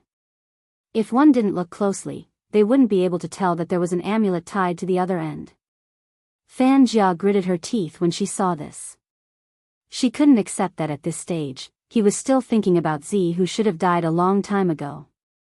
The hypnosis wouldn't fail. When he had been in the Golden Triangle, he had seen the video that they had purposely played for him. Moreover, the environment by the lake and his amnesia. All these signs showed that he had been affected. Otherwise, he wouldn't have lost his memory. Now that she was doing a deep hypnosis, it was impossible for him not to break down. Fan Jia looked at the pair of dazed eyes and lowered her voice. Brother Mo, it's me. You? Qin Mo's eyes moved down slowly. Fan Jia seemed to have seen hope, her eyes lighting up. That's right, it's me. Z, have you forgotten? You have been looking for me. I haven't forgotten. Qin Mo released the amulet and smiled at Fan Jia. I have been looking for you. Fan Jia knew she had succeeded. In his subconscious, he had treated her as Z. Back when she had approached him, she had wanted to use Z's identity because at that time, they had realized that Qin Mo's treatment of Z wasn't his usual style. But at that time, he had been too flawless. Even though they had obtained a lot of information, she had only appeared by his side for 3 days. She hadn't done anything and he had exposed her. He had even dug out information about the organization from her. Fan Jia hadn't forgotten about this. She had thought that the best chance to become his lover hadn't been fulfilled. This time, it was different. He had a weakness that could be overcome and it was a fatal one. Since he wasn't willing to admit that that person had left, she would replace that person. Fan Jia didn't care. Anyway, she had become the most important person in his heart. Let's go, Brother Mo. Fan Jia smiled lightly. Qin Mo arched a brow. Where? A place without anyone else. Fan Jia glanced to the side. It's too noisy here. Qin Mo didn't object. He didn't know why, but there seemed to be a voice in his ears telling him that this person was very important. It wouldn't be wrong to listen to her. When he nodded, Fan Jia's smile deepened. She reached out to grab his wrist. But what she grasped was indeed a piece of air. Fan Jia frowned. Brother Mo, Qin Mo didn't know why he dodged. It seemed like a natural reaction. Fan Jia tried again. This time, she wanted to hold on to him. But the result was the same. Fan Jia inhaled deeply, looking extremely understanding. It's fine, I know you aren't used to people approaching you, including me. Let's head back to our place first. We'll leave the country tomorrow or the day after. All right.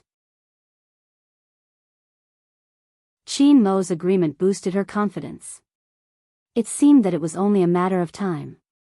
After a long time, he wouldn't reject her like he did now. You're tuning into the Dreamy Love Stories YouTube channel. Don't forget to subscribe and join us on this journey to catch the most captivating stories.